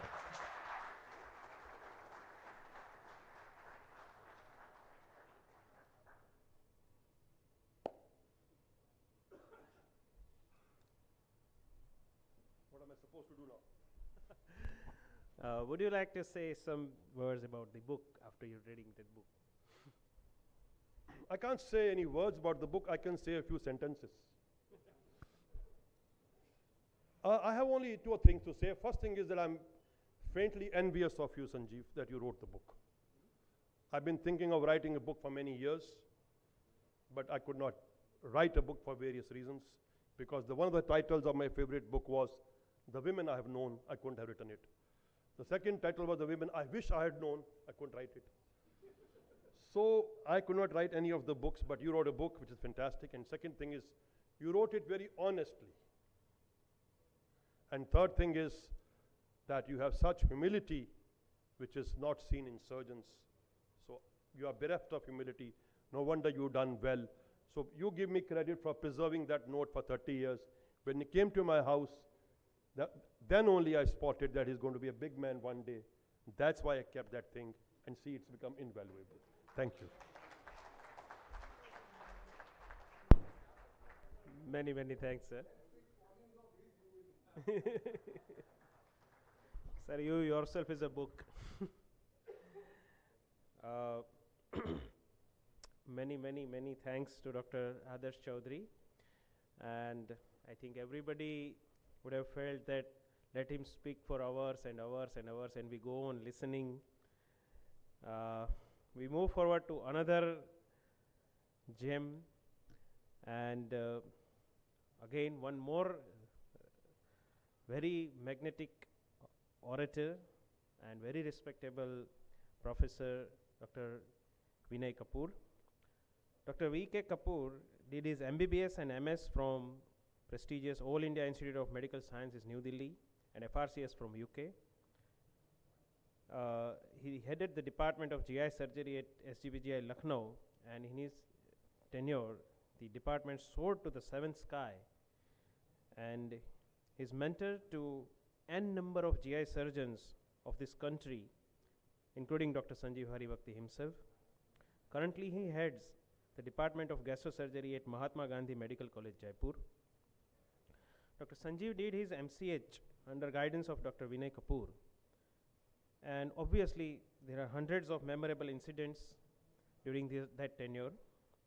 Dr. Haribhakti distinctly remembers his viva with Dr. Kapoor in the entrance exam for the MCH course. He presented the steps of linear shunt, and the in-depth knowledge of Dr. Haribhakti impressed Dr. Kapoor to that extent that he himself broke the news of getting admission in the MCH to Dr. Sanjeev Haribhakti on phone. This is the grace of a great teacher. Let's enjoy the pure extract of decades-long experience of Dr. Vinay Kapoor.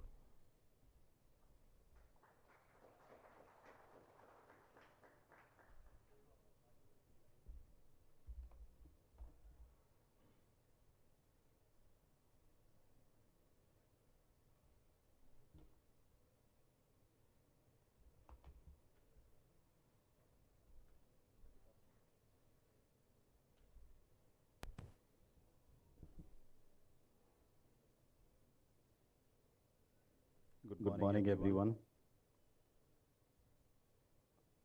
I noticed that Sanjeev calls it a CME. Now, CME for us means continuing medical education. Dr. Chaudhary tried to teach us a little bit of medicine in between, but I think he taught us more about movies, Hollywood. One difference between me and Dr. Chaudhary is that I don't watch any Hollywood movies. Now I have started watching because subtitles are there. Earlier I never watched because I couldn't understand. I am a fan of 60s and 70s Bollywood. But this is not a continuing medical education. I think it is more a continuing moral education. But is the word continuing right? Are we taught morals in our schools and colleges? Maybe earlier, yes, but these days I don't think. And unfortunately, these days, parents also have very little time, even if they want to teach morals to the children, because children are busy, as others pointed out, with the gadgets. So I don't know whether it is appropriate to call it medical education or continuing medical education. Anyway, let me start. So intentionally I have put formerly at SGPGIMS Lucknow because that is what connects me to Sanjeev, because if I say that I am presently at Mahatma Gandhi Medical College Hospital in Jaipur, you would start wondering what is Sanjeev's connection with Jaipur. So that is where I am now after finishing my more than 3-decade term at SGPGI Lucknow. What is Big Five?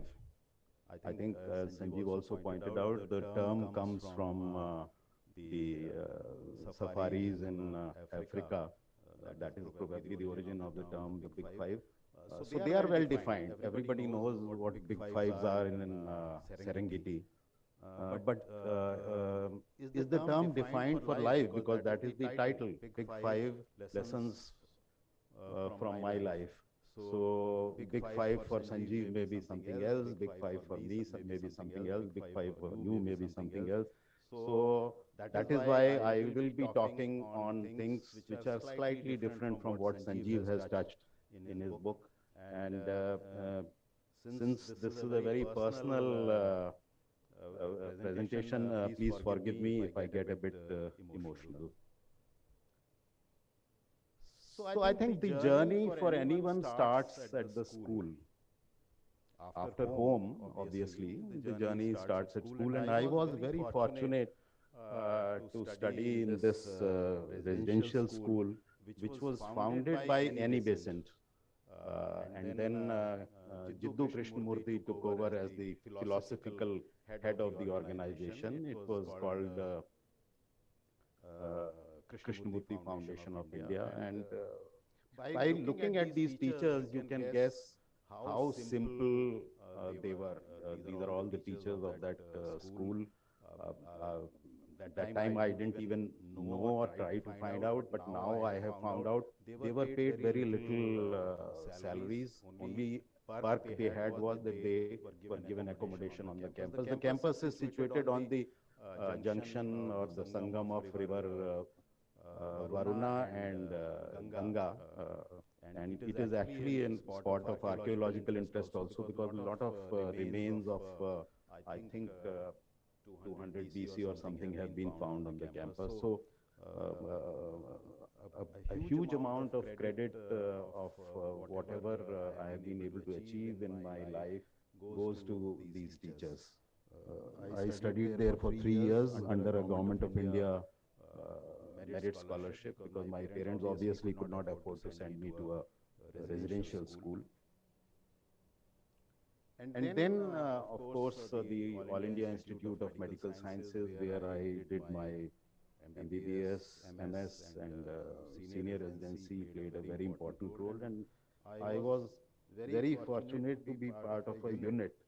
So these are all members of the unit where I worked, and the entire unit in a bus came all the way from Delhi to Meerut to attend my, that is me, so to attend my wedding. And they requested the residents and faculty from other unit to look after the patients that night. So the entire unit was theirs. And those of you who know, you can see Dr. Sadiq Sikora here. This is Dr. Sadiq Sikora. And this is Dr. M.C. Mishra. This is Dr. Kriplani. So they all were there, and Dr. L.K. Sharma, who was the chief of the unit. So it was more like a family, and that is what a unit should be. Unit is not only that you are there to manage the patients. The members of the unit, it is the responsibility of the head of the unit to take everybody as part of the family. And like Sanjeev, I could repay my debt to my unit chief. Then obviously a big move in my life. At that time, it was a move because I had no choice. I was not selected as a faculty member in AIIMS, and here I got a job in an upcoming institution which nobody had heard the name of. Nobody knew what SGPGI is. Everybody knew that in Lucknow there is only King George Medical College. So even when we would say that we are working in Lucknow, everybody would think we are working in KGMC. So it was more by, because I had no choice, I was getting a job, regular job, with a decent salary, that I moved to Lucknow. Another reason was that my wife's parents were in Lucknow, so she was not reluctant, she was not hesitant, she didn't oppose the move, and we moved to Lucknow. Historically, the Indira Gandhi Institute in Patna had come up earlier, and unfortunately it did not do well, it was not doing well. So at least I didn't think that I would be having a long or a good career in SGPGI. It was just because I was getting a job that I moved there. But then again, as I think Sanjeev also has mentioned in his book, that opportunities come, and if they come at the right time, they help in building your career. And Dr. Subhash Naik, who was the chief of gastroenterology, he was there already as a professor, and I had joined as a young assistant professor. But because there was no senior person in surgical gastroenterology, on paper, I was the head of the department. And he was also head of the department. And he treated me at par. I had just become an assistant professor. He was already an established professor, a known name. And he became a mentor for me. And then Dr. Kaushik came. Both of them are no more with us. And that gave a strong push to the department, Because I still remember, even before he had joined, he had already been selected, but he had not joined at that time. And I was meeting him for the first time. I had not met him earlier. He said, I have played my innings. You people continue to back. I and my colleague, Dr. Rajan Saxena, who was his student from PGI Chandigarh, we were there. And I am there to support you, to push you, to protect you. And that is what was a big help in our careers. So that's the team. Dr. Rajan, me and Dr. Kaushik. This was a party which he hosted at his house after he had retired in Chandigarh. SCPGI also was very kind of unique institution, not only in its structure, because it had no MBBS courses, which of course were not there in PGI Chandigarh also, but it had no MD or MS courses also. So that way it was different even from PGI Chandigarh. It was established only for super speciality training. I must say a very rare phenomenon that a government of a state like UP thought of an institute like that, a unique institution which will offer only super speciality courses, DM and MCH. And it was distinct from the already established institutions, and credit for that I think goes to the founding fathers, including Dr. B.B. Sethi, who was a psychiatrist from KGMC, who was the first director, that he had this vision that this institute has to be different. And again, it points out that when you create something, it has to be different from what is existing. Then only there is a possibility that your organization, your institution, or your venture, or whatever you are doing, will probably grow and shine. So the rules and regulations were very liberal in terms of allowing faculty members to go and attend conferences, go on fellowships, scholarships, and other assignments abroad. And this is the only picture I have from my first international visit. This was a conference in Sweden, because I didn't even have a camera at that time. So this was a picture taken by somebody, and he had then sent a copy to me. That's the only picture I have of that conference. And I distinctly remember in this conference, Dr. Aranya, who was the chief of GI surgery at GB Pant when Dr. Adarsh was also there. He was also attending, but he was not sitting on this table because the seats were assigned by name. So this liberal policy of SCPGIMS in the initial years at least gave me an ample opportunity to establish links. And that is the importance. I don't know how many young people are attending this CME, but it's very important that you establish contacts, you maintain the contacts, you nurture the contacts, and that is how network is created. Many of these big stalwarts, I would just name them. This is Dr. Schwartz, the Schwartz textbook of surgery. And when I visited him, and then he agreed to write the foreword for my book. That's Prof. Bismuth, who's listening very attentively to what I am saying, disagreeing with him on some of his philosophy of management of bile duct injury. He wrote the foreword for my book on bile duct injury. That's Guma, Dr. Guma from Academic Medical Center, Amsterdam, one of the very famous GI centers. That's Prof. Cameron, John Cameron, who also has written a foreword for my book on operative surgery. These are two stalwarts of biliary surgery, Bismuth and Strasberg. And that's Prof. Nimura from Nagoya University. So one contact led to another, and then to another. But you have to maintain. And one thing which I always did after coming back from a meeting, I would always email everyone whom I met, reminding him or her of our meeting, and then keep in contact with them. So that's very important. Also, it's very important to establish all the others which I have shown here are people who are much older, much senior to me, much more known than me. But it's also important to maintain contacts with people who are younger than you. And this is Dr. Han, a very skilled laparoscopic liver surgeon. Dr. Anil Agarwal from BB Pant Hospital has been a good friend of Dr. Han, and actually Dr. Anil introduced me to Dr. Han, and then our own friendship flourished, and we have met several times at meetings and conferences. And so it's very important to keep contacts with bright, younger people than you also. And as Dr. Adarsh and both Sanjeev also highlighted, that ego should not come. It should not, I should not feel that, oh no, he's much junior to me. Why should I establish contact, or why should I maintain a network with him?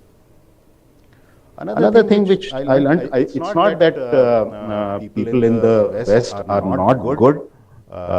It's not that they are bad, but I think it's their culture that they do not kind of become personal friends. Very unlikely. The relationship remains more professional, more formal.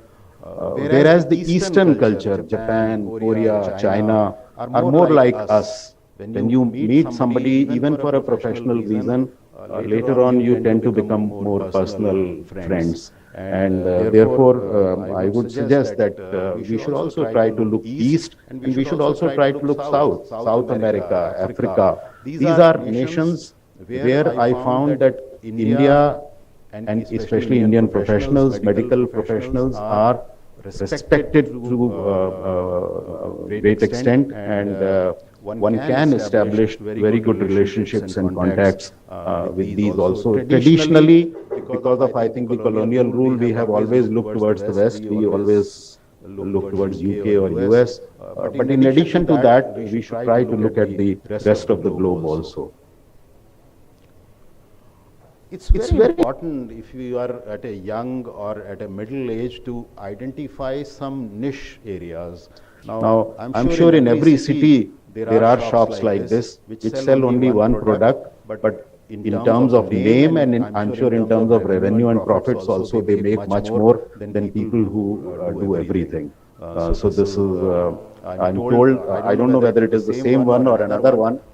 There was a tea shop in Chandni Chowk, which during the emergency, when the encroachments were being removed, he paid fine every day of the emergency for the entire duration of emergency, but continued his shop because his business was so much. So you have to identify an area, and for some, again, fortuitous reason, I picked up an area which now we have realized is very common in North India, gallbladder cancer, and fortunately for us is not so common in the West, so West has not paid much attention to it. And all this happened when Prof. Blumgard visited AIIMS, I think way back in 84 or 85, and then I was a ad hoc faculty member for a period of 3 months, so there was a departmental meeting, and it was being discussed as to what should we present to Prof. Blumgard, because he was the doyen of biliary surgery even at that time, and we didn't have anything to show to him or to present to him. So very meekly and in a very low voice, I suggested, why don't we present something to him which he may not be seeing, and that is gallbladder cancer, because we were seeing a large number of patients. And then it was me and Dr. Arvind Kumar, who is now a very skilled robotic surgeon in Delhi. We were both ad hoc faculty members. So we were given the task of taking out the data of last 5 years. And Dr. Chattopadhyay, who recently retired, one of my other mentors at AIIMS, he presented, and that was also published. This experience was published, and I think either in the past or in future, that is the only publication from AIIMS which carries the names of the heads of the units of all 4 units. That is another problem in our institutions. When we create units, they become independent entities. There is hardly any interaction between units, between the faculty, residents, and even clinical material, research. So they become like 4 departments, whereas if they come together, the data, the experience, everything will be 4 times. And then when I moved from Delhi to Lucknow, in the first few days I realized that gallbladder cancer is probably even more common in Lucknow than in Delhi. And I remember Sandeep Avasthi, who's now a consultant GI surgeon in Lucknow, he was a senior resident. We hadn't started an MCH course at that time. I told Sandeep, please keep a data of all these patients. I think we will see a large number of patients even in 1 year. And from day one, he started keeping the prospective database of patients with gallbladder cancer. Every patient who would come to us, he will keep a record. And at some stage, Sanjeev also looked after the database of gallbladder cancer. And then over a period of 3 decades, it has accumulated into one of the largest single institution experiences with gallbladder cancer. And because of that, I could publish this monograph. Also, as I think Sanjeev also has mentioned, and a lot of people say, that in every adversity you should seek an opportunity. So unfortunately, gallstone disease is very common in North India. Cholecystectomies are being done at every level, tertiary, secondary, primary level. Even untrained people are doing cholecystectomy. I am told even people who are not surgeons are doing cholecystectomy. Now recently Ayurvedic doctors have started doing cholecystectomy. So for whatever reason, a large number of bile duct injuries are created, I would say, not occurred, created. And because we were a referral center, a large number of bile duct injuries were referred to us in SGPGI. And unfortunately or fortunately, again, SGPGI has world's one of the single largest single institution experiences with management of bile duct injury.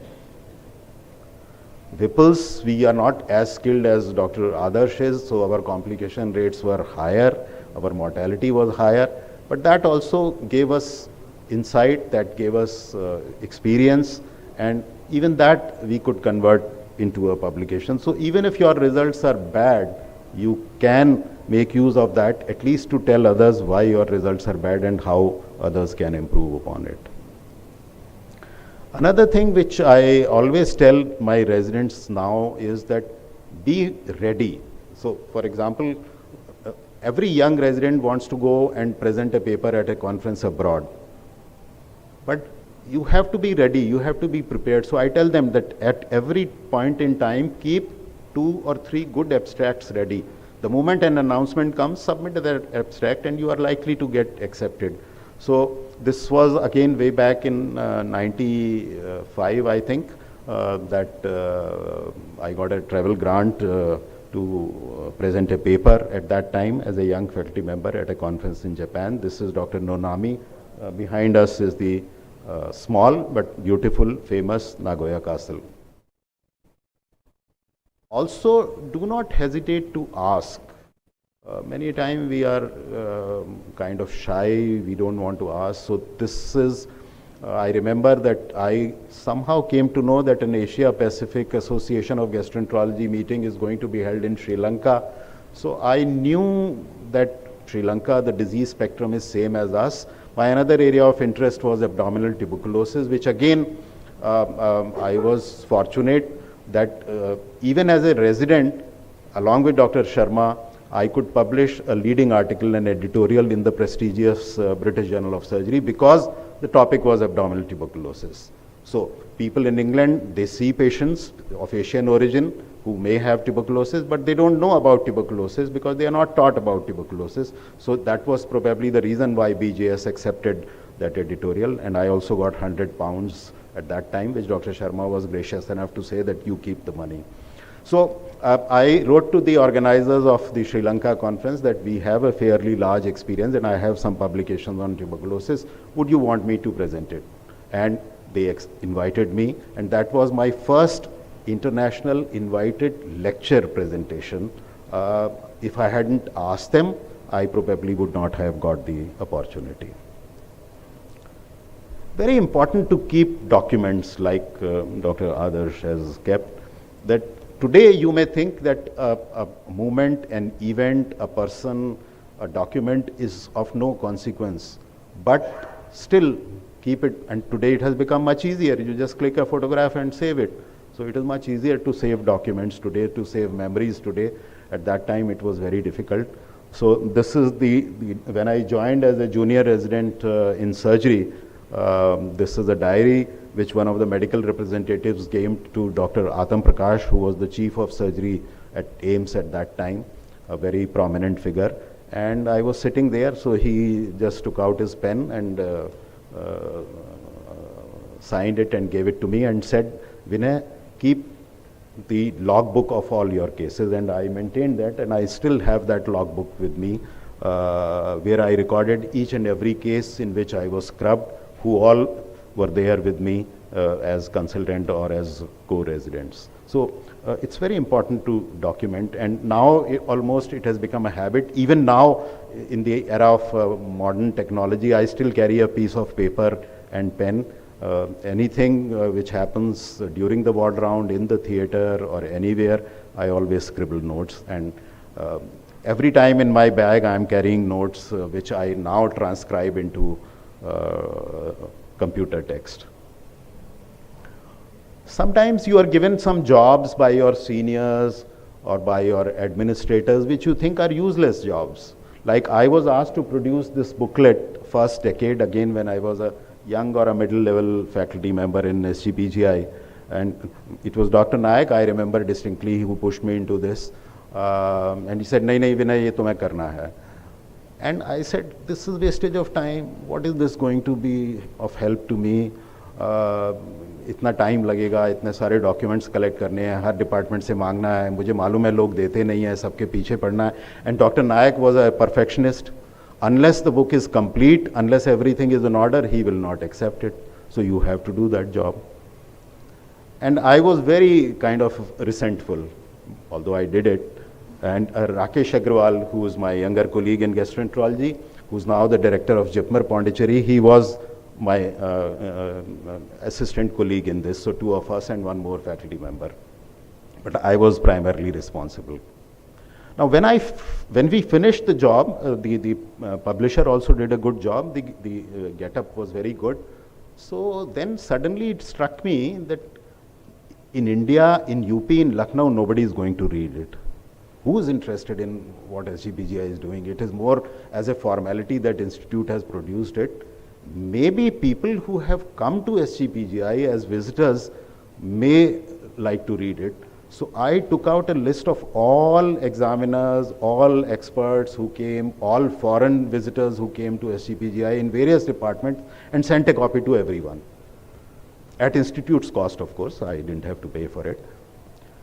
Now, one copy I remember, the address, the name and address which was given to me was by Dr. Yacha, who was my pediatric gastroenterology colleague. He is now in Bangalore. And this was Professor Mowat from King's College Hospital. He was a pediatric gastroenterologist who had visited Dr. Yacha. I did not even meet him, but he gave me the name and address, so a copy went to Dr. Mowat. Now, he replied back, thanking me, that thank you for sending me a copy. And around the same time, I think a year after that, I thought of applying for a Commonwealth Fellowship. So that required a host acceptance. So I wrote to Professor Mowat that can you please help me to have a surgical host at King's College Hospital for my Commonwealth application. So he immediately said yes, and he introduced me and forwarded my CV to Dr. Benjamin, who was his surgical colleague. I had not met Dr. Benjamin by that time. And Dr. Benjamin said yes, I will be your host, and that is how the story started, and I got the Commonwealth Fellowship. So nothing goes waste. If you use it properly, you can make use of everything.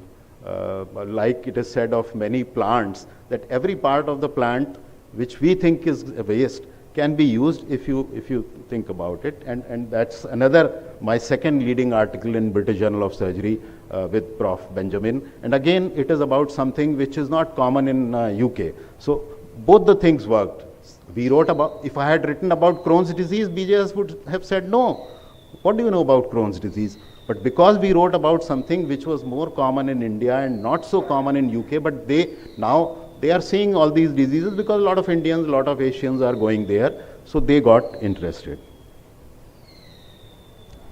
Also, a lesson which I learned from my now a younger colleague, that time my student, Dr. Ibrarullah, who's now at Apollo Bhubaneswar. He was doing MCH with us. So we did this very small study of cholecystectomy with those of you who remember that when we used to do open cholecystectomy, every cholecystectomy we would leave a drain. In fact, in one case in AIIMS, I remember either by we forgot or the drain came out when the patient was being shifted, and the whole unit got a dressing from Dr. Sharma and Dr. Chatterjee that how is it that there is no drain after a cholecystectomy. And today we know that we don't put drains. So we did this small study, and I was not very happy with it. It was a small experience, some retrospective cases and some prospective cases, not randomized. And I was thinking of submitting it to a middle level journal. And then Ibrar said, नहीं sir, भेजते हैं किसी अच्छे journal में, ज़्यादा वापस आ जाएगा, क्या फ़र्क पड़ता है? So I said yes, and we sent it to World Journal of Surgery, and it got accepted. So always aim for the point which was set bar, but don't push the bar too high also, because if you are jumping 3 feet and then you put it at 6 feet, obviously you will fail. So if it is 3 feet, put it at 3.5 or 4, and if you succeed, it's a bonus. If you don't, you can always do 3 feet again. Now, what should be the priorities in life? I think for everyone, first two priorities are parents and teachers. That should go without saying. Even if I know that today as a teacher, I am a teacher today, but I cannot claim to be as dedicated teacher as my teachers there in Rajghat Besant School were. I mean, they were selfless. They had no expectations either from the administration or from our parents or from us. They were selfless. We are not. But still, I think parents and teachers should occupy the first two places in anybody's life.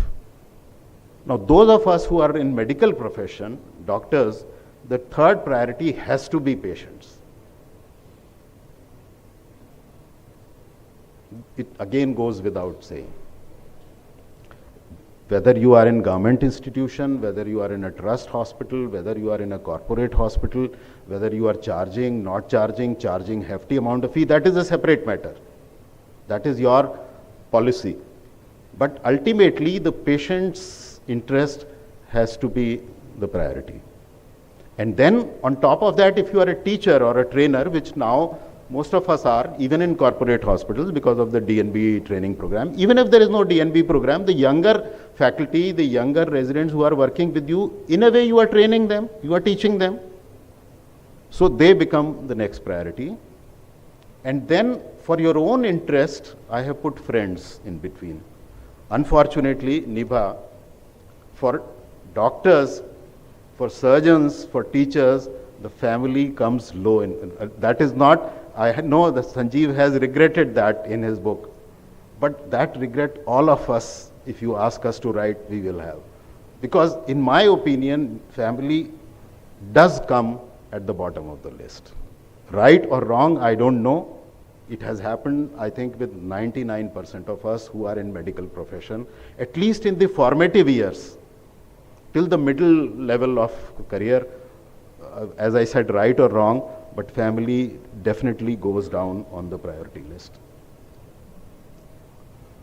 Now, we are all fond of treating VIPs, but in my definition, VIP is very important patients.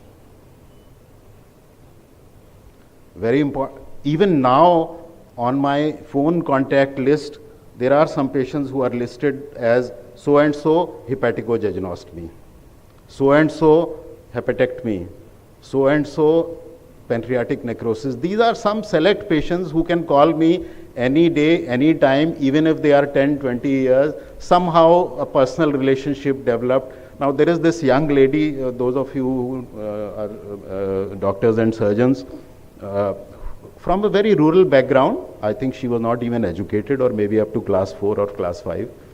And she had a large dermoid cyst in the retropancreatic region. So we thought we'll take it out. We went in. But as we all know, dermoid sometimes can be very problematic. I think it is because of the sebaceous material which exudes out of the wall, which causes, Sanjeev, am I all right with the time? Causes intense desmoplastic reaction. And in fact, I remember once when I was a resident, Dr. Chatterjee was operating again on a young lady with a retrohepatic, infrahepatic dermoid. And as we were dissecting, there was a rent in the IVC. So again, probably there was a lot of desmoplastic. So this young lady, we could not excise it because the portal vein was there, the superior mesenteric vessels are there, celiac axis is there, and I and my other colleague, Dr. Anu Bihari, very close friend of Nibha, we were both, because I was running into problems, so I called her for help. And then we both decided, no, we can't risk the life of this patient, because if the portal vein opens, we will not be able to save her. She will die on the table because of bleeding. So we did as much excision as possible and left the remaining inside and put 2 drains, thinking that whatever is left, we will ask our interventional radiology colleague to destroy it by alcohol once everything gets localized.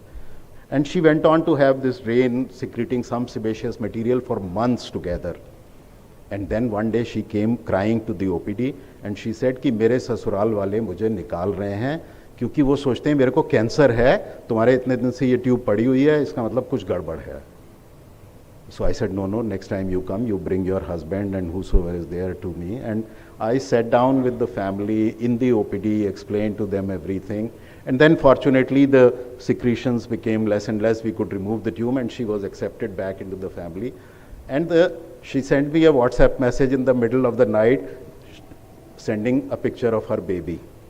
And then every few months she tells me कि अब मेरा baby इतना बड़ा हो गया, इतना बड़ा हो गया. So this is one family who is from Bihar and they brought some food. Now as a rule, I would not accept gifts from patients. Why I said accept?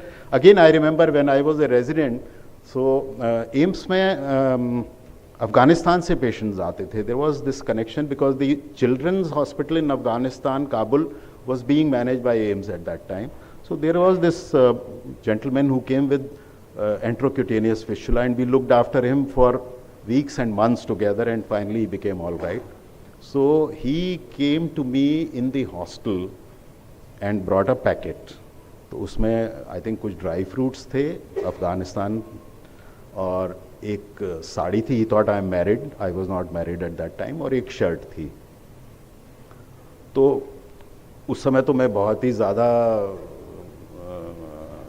प्रिंसिपलिस्टिक होता था. विद एज आपके principles भी dilute हो जाते हैं.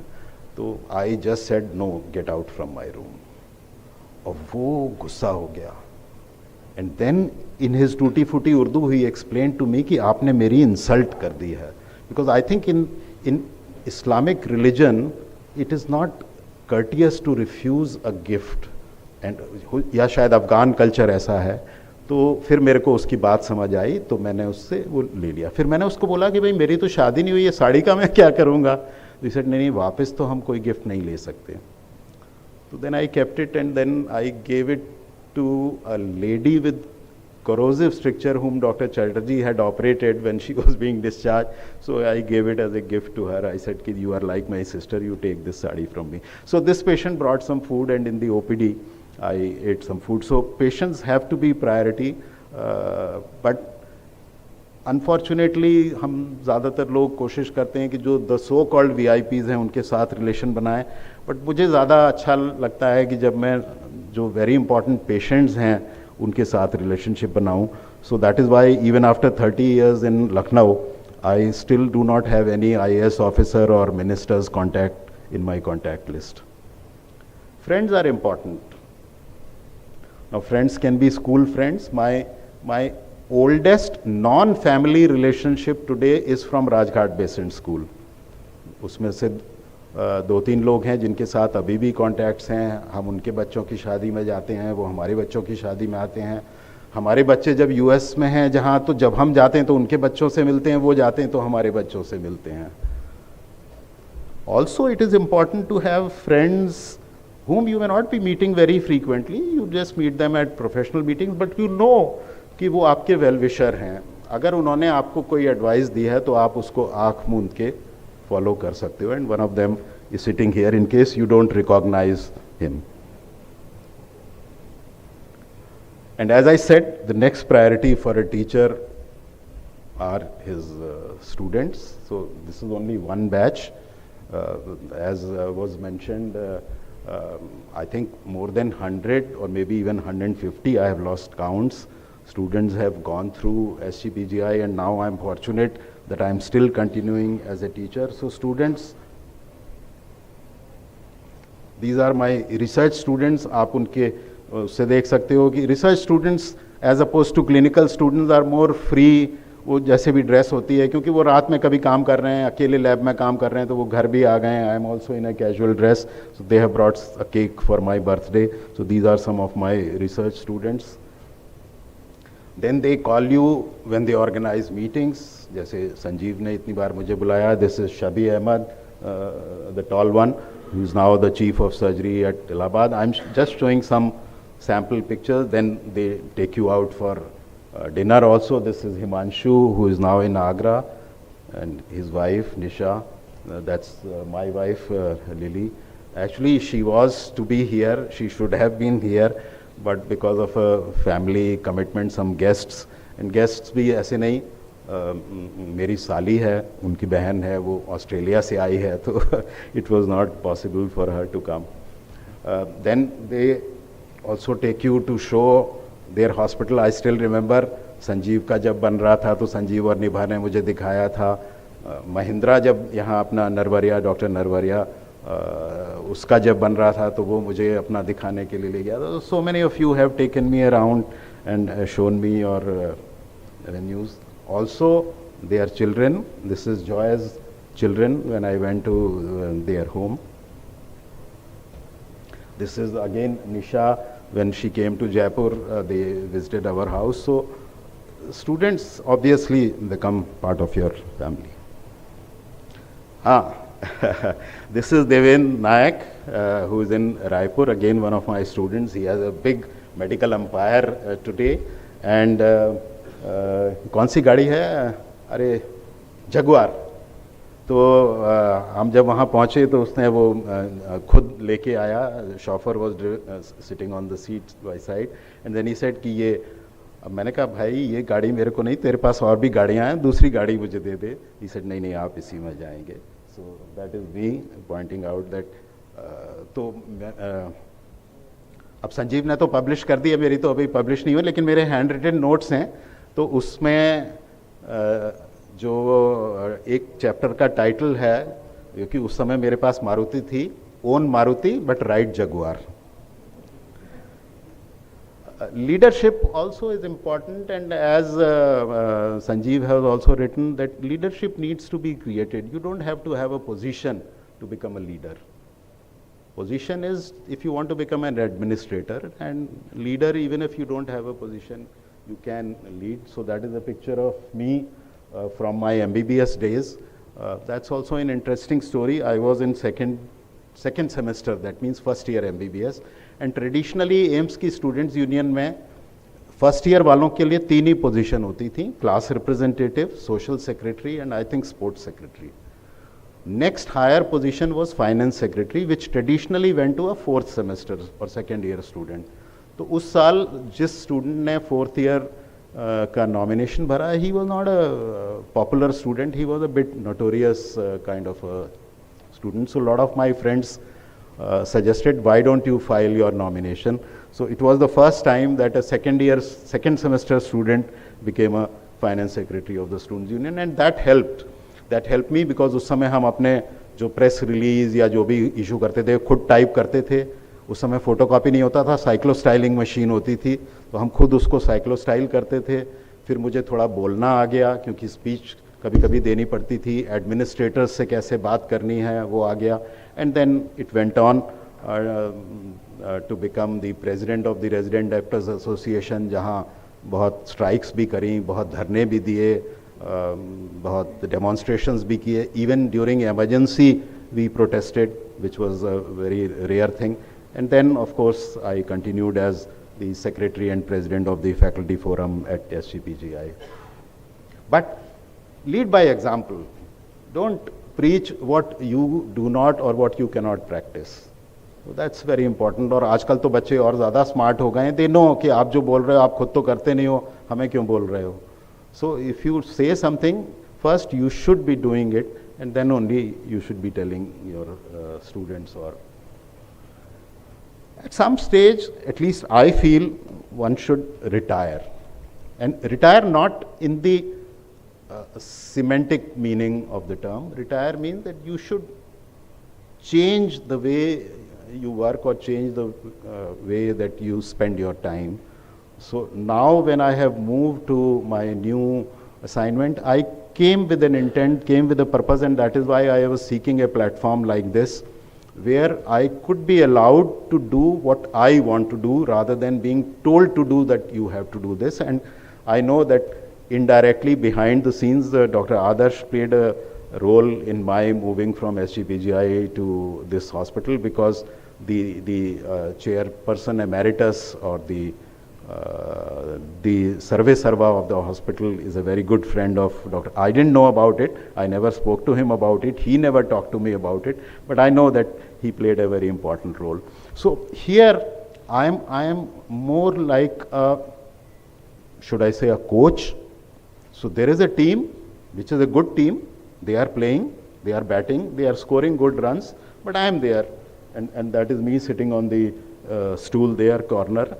So they know that I am there in case they need me, in case they want me, in case there is a problem. I am there as a cover, I am there as a cushion to protect them, either from the administration or from whatever, and they can bank upon me. And I am doing what I want to do rather than being told what to do. And in return, what do you get? You get an attention and affection like this. So I will explain what this picture is. So on the grey pen is the one which I was carrying in my pocket. और वो गिर गया था और शायद मेरा पैर उस पर पड़ा तो वो दब गया थोड़ा सा, but it was working. So that is the pen I was using. Next day, one of my young faculty colleagues, Vinay Mahala, who is trained from KEM, and he has been with me only for 1 year. उसके पहले मेरा और उसका कोई बहुत ज़्यादा interaction नहीं था, which I can say that he has a personal relationship with me. He says, sir, वो आपका पेन खराब हो गया है, आप वही वाला है क्योंकि आपको वो अच्छा लगता है, ये आप नया वाला यूज़ करो. So that is the kind of attention, affection you get from your students. He's not my student now, he's a young faculty colleague, but it makes you feel happy. अब संजीव ने कहा कि मुझे कुछ टिप्स भी देने हैं, कुछ लेसन्स भी देने हैं, तो only for that purpose I don't think I am going to give you any tips, but just a few small things. Reading is very important. आजकल मैं नहीं पढ़ता हूँ, आजकल मैं लिखता ज़्यादा हूँ, but I use to read and read anything and everything. मैं बहुत बार देखता हूँ लोग फ्लाइट में बैठते हैं, उसकी मैगजीन भी निकाल के नहीं पढ़ते हैं. आई फील वेरी इरिटेटेड कि ऐसा कैसे हो सकता है कि आपके सामने कोई किताब रखी, आप उसको पढ़ ही नहीं रहे हो. You have to read. जो भी चीज़ अब इसके पीछे भी एक स्टोरी है. My father probably he used to come back on cycle from the office to the home, और वो शाम को लौटते हुए मम्मी कुछ बोलती होंगी कि आज ये ले आना, आज वो ले आना. तो पहले तो पॉलीथीन नहीं होता था, तो अखबार में ही लपेट के चीज़ें दी जाती थी, तो अखबार में लपेट के कुछ लाए होंगे घर पे, आई डोंट रिमेंबर व्हाट. उसमें उन्होंने पढ़ा कि गवर्नमेंट ऑफ इंडिया की एक स्कीम है for scholarship in residential schools, and that is how I went to Rajghat. So read everything, जो भी मिल जाए उसको पढ़ लो, कहीं ना कहीं काम आ जाएगा. And then you have to develop the scanning skills of reading. कुछ लोग होते हैं कि आज मैं कॉलेज से घर गया, अगर ऐसे पढ़ेंगे तो वो तो फिर पूरा नहीं पढ़ पाएंगे. You have to scan the document and pick up what is important, what is relevant. And this, I looked at the dictionary, it is said कि scanning reading skill is like pearl diving, कि जो pearl diver होते हैं वो नीचे जाते हैं और pearl उठा के 2 मिनट के अंदर वापस आ जाते हैं. Actually मैं 2 साल UAE में रहा, तो pearl diving was the profession of the UAE people before oil came in. तो वहाँ बच्चे भी, औरतें भी और बूढ़े लोग भी वो ये स्किल्स डेवलप करते थे कि कितनी देर सांस रोक सकते हैं, और उतनी देर सांस रोक के वो they would go into the depth of the sea and pick up the pearl and came back. That is why my book is named pearls in surgery, क्योंकि ये मैंने वहीं पे लिखी थी. And then the students union and resident doctors association gave me the drafting skills कि कैसे अपनी बात को आपको लिखना है ताकि दूसरा आदमी उसको समझ पाए.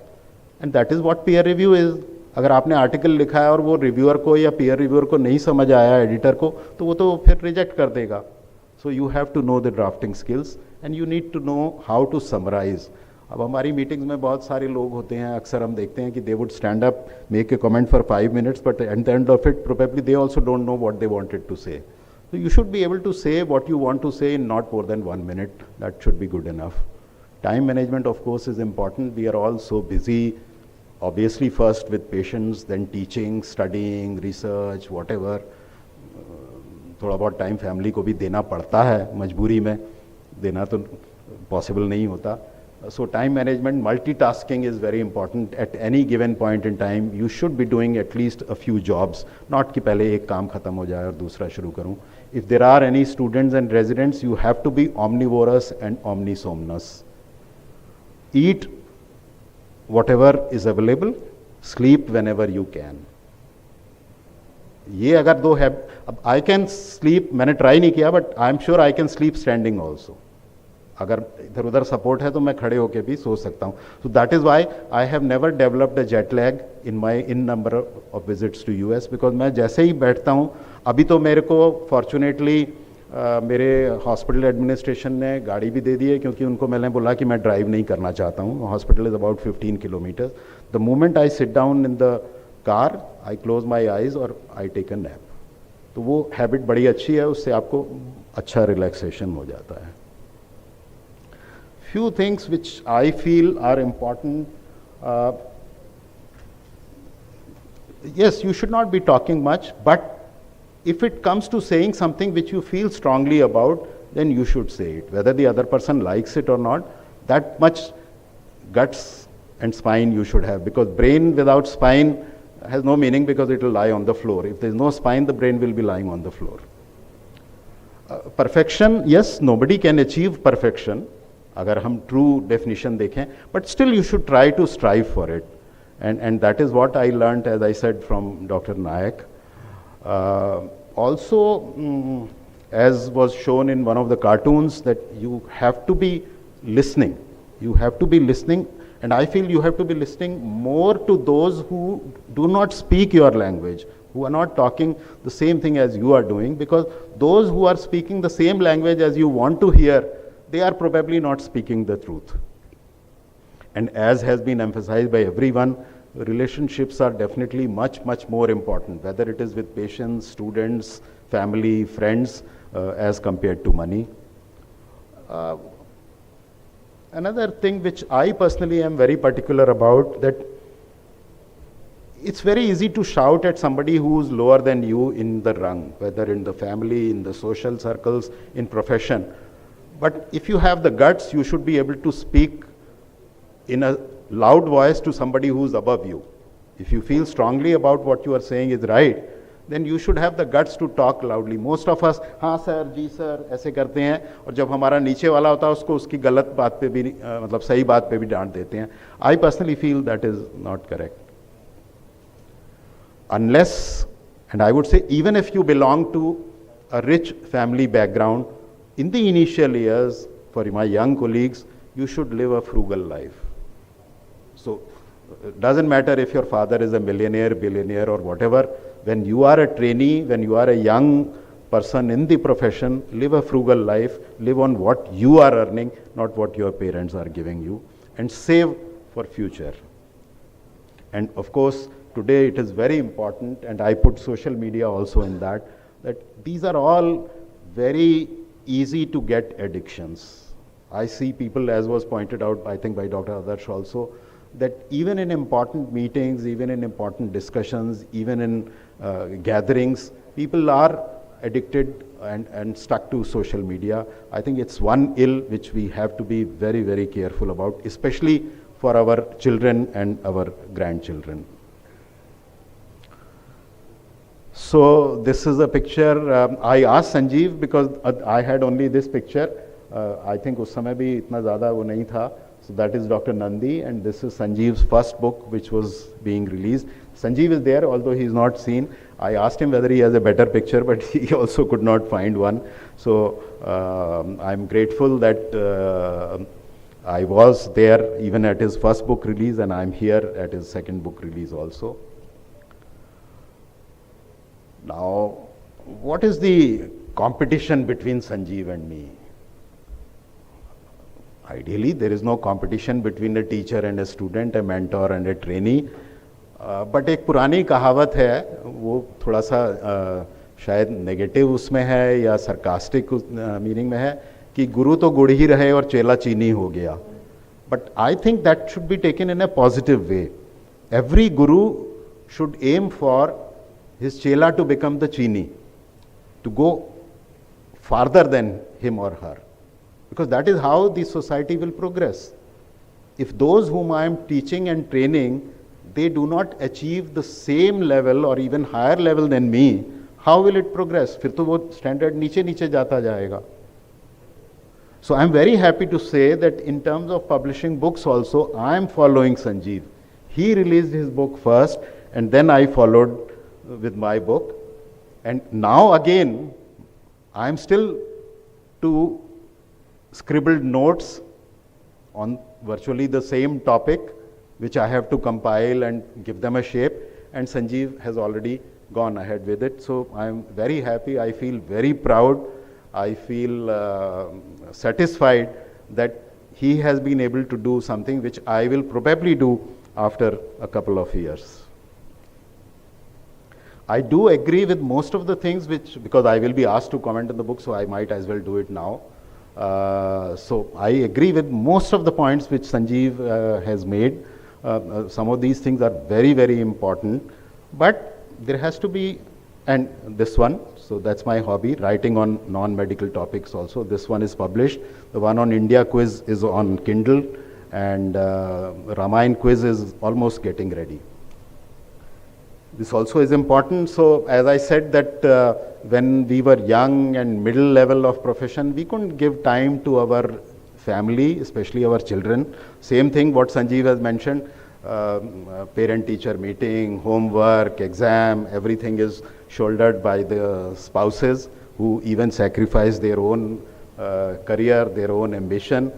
But now I'm trying to do that with my granddaughter, although she's in US, so we have virtual interactions with her. Hopefully next month we would be going and spending time with her. So better late than never. Now I'm trying to strike a balance between work and life.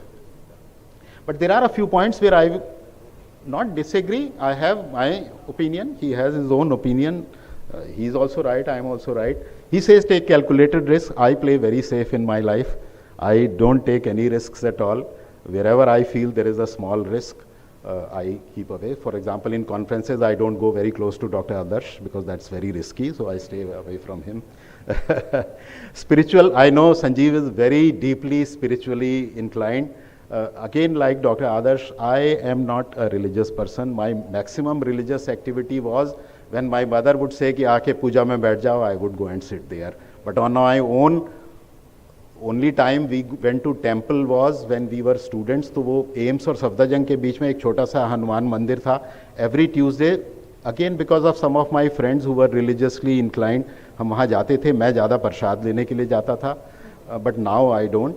So but I compensate for that, thinking that my work, whether it is patient care or now more teaching, is my religion. If I can do that religiously, it is fine. So if you are a young faculty member, you are working in a government hospital where Sunday is a holiday, जैसे लोग Sunday को church में जाते हैं, Friday को नमाज पढ़ने जाते हैं, आप सोचो कि मैं संडे हर रोज राउंड करने जाऊंगा. That is your religion. आपको सेटिस्फैक्शन मिलेगा, पेशेंट खुश होगा, डॉक्टर साहब संडे को देखने आए, सीनियर डॉक्टर दूसरे डिपार्टमेंट में तो नहीं आते हैं, स्टूडेंट्स थोड़ा डिसिप्लिन हो जाएंगे, वो टाइम से आएंगे और दो चीज़ उनको पढ़ा दो. So that is your religion. And why even have stress? Have a stress-free life, so you don't have to manage stress. Don't take anything as a stress. So these are some points where I have little different. There are, he also wants me to talk about regrets. छोटी-छोटी regrets हैं. I'm very poor in medical technology. कोई मेरे को बोले harmonic या कूसा का ये adjust कर दो. I don't know. Even after spending 30 years in theater, I have no knowledge of. Some of my friends, some of my colleagues have very good knowledge of technology. I have not been a skilled like Dr. Bhatia. I have not been a very skilled minimal invasive surgeon. I have not even touched a robot, although I wish to, but I don't know whether now I will, क्योंकि जब तक मैं सीखूंगा तब तक तो खत्म हो जाएगा. Liver transplant is another thing, although उसमें भी बड़ा interesting है. अभी जब मैं महात्मा गांधी हॉस्पिटल में गया तो as I said, I have a very good team and we have support from Gangaram Hospital, Dr. Namish Mehta, who is supporting us in transplant. So now Bas 2 minutes. Sorry, I'm so sorry. We are doing 3-4 transplants a month. So in Jaipur and Rajasthan, I am known as the liver transplant surgeon because I am the head of the team. Another small regret is that I never learned not to be not nice. Sometimes I feel ki if you are very nice, sometimes people tend to take you for granted. So although given a chance, I would again not be not nice.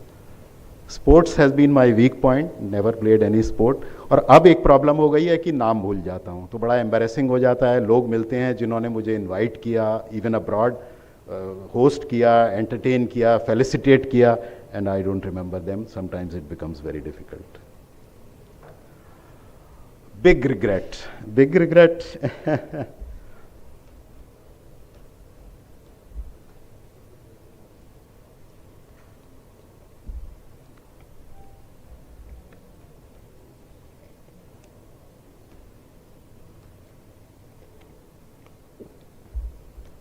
Same as many of us.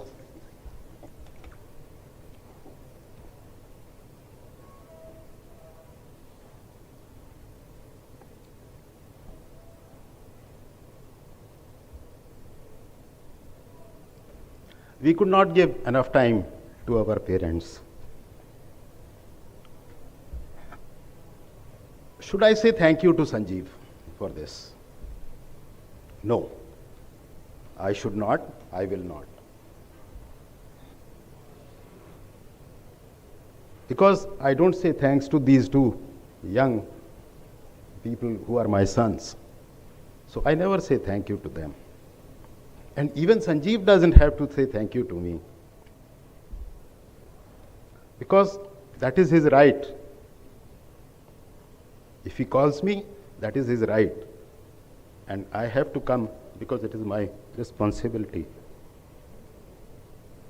Do I have to say thanks to Niba? I don't know. I was thinking. So when these two young ladies became part of our family, I had the same debate.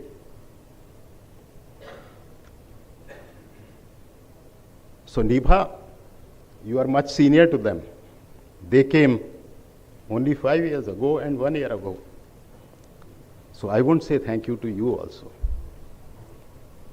But I would like to thank all of you for being here, for giving support to Sanjeev and Nibha, and for making this what he calls CME, but I think it is a continuing moral education, successful venture.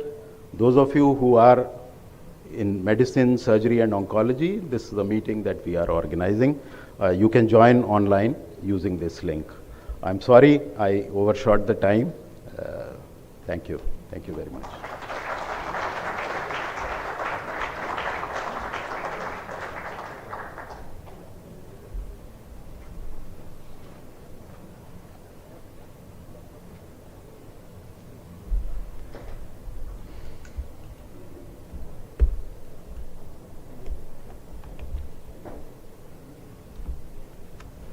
It was an indeed emotional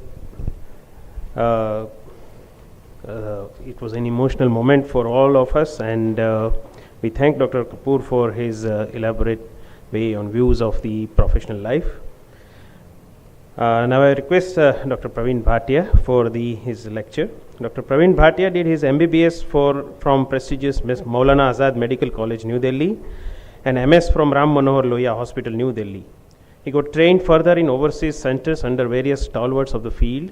He is one of the pioneers as well as flag bearers of minimal access surgery in our country. Currently, he heads the Department of Minimal Access Surgery at Sir Gangaram Hospital, New Delhi. Dr. Sanjeev Haribhakti remembers him for his dedication for his very inspiring online Sunday stories. Dr. Bhatia was invited for a CME at Ahmedabad. He called up Dr. Haribhakti, find out some exotic location in this city for his Sunday story where he could shoot. Both of them went to Sabarmati riverfront, and Dr. Haribhakti shot the narration of Dr. Bhatia there. For today's visit also, Dr. Bhatia requested Dr. Haribhakti for some exotic locations, so both of them went to Statue of Unity to shoot the film. Over to Bhatia, sir. Can we shift now?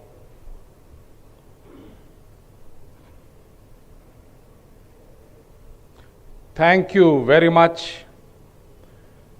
First of all, I must thank Dr. Nibha for calling us one. Second, allowing Dr. Sanjeev Haribhakti to do his surgery training in AIIMS and in Lucknow when they were married even, and then to start a hospital of that magnitude, and then to carry on writing books after books. I must say that all thanks to Dr. Nibha rather than to Dr. Sanjeev only. And honestly, when we met in the last CME, I was thrilled that Dr. Sanjeev Haribhakti has written a book which is very, very close to our heart, Big 5 Lessons of Life.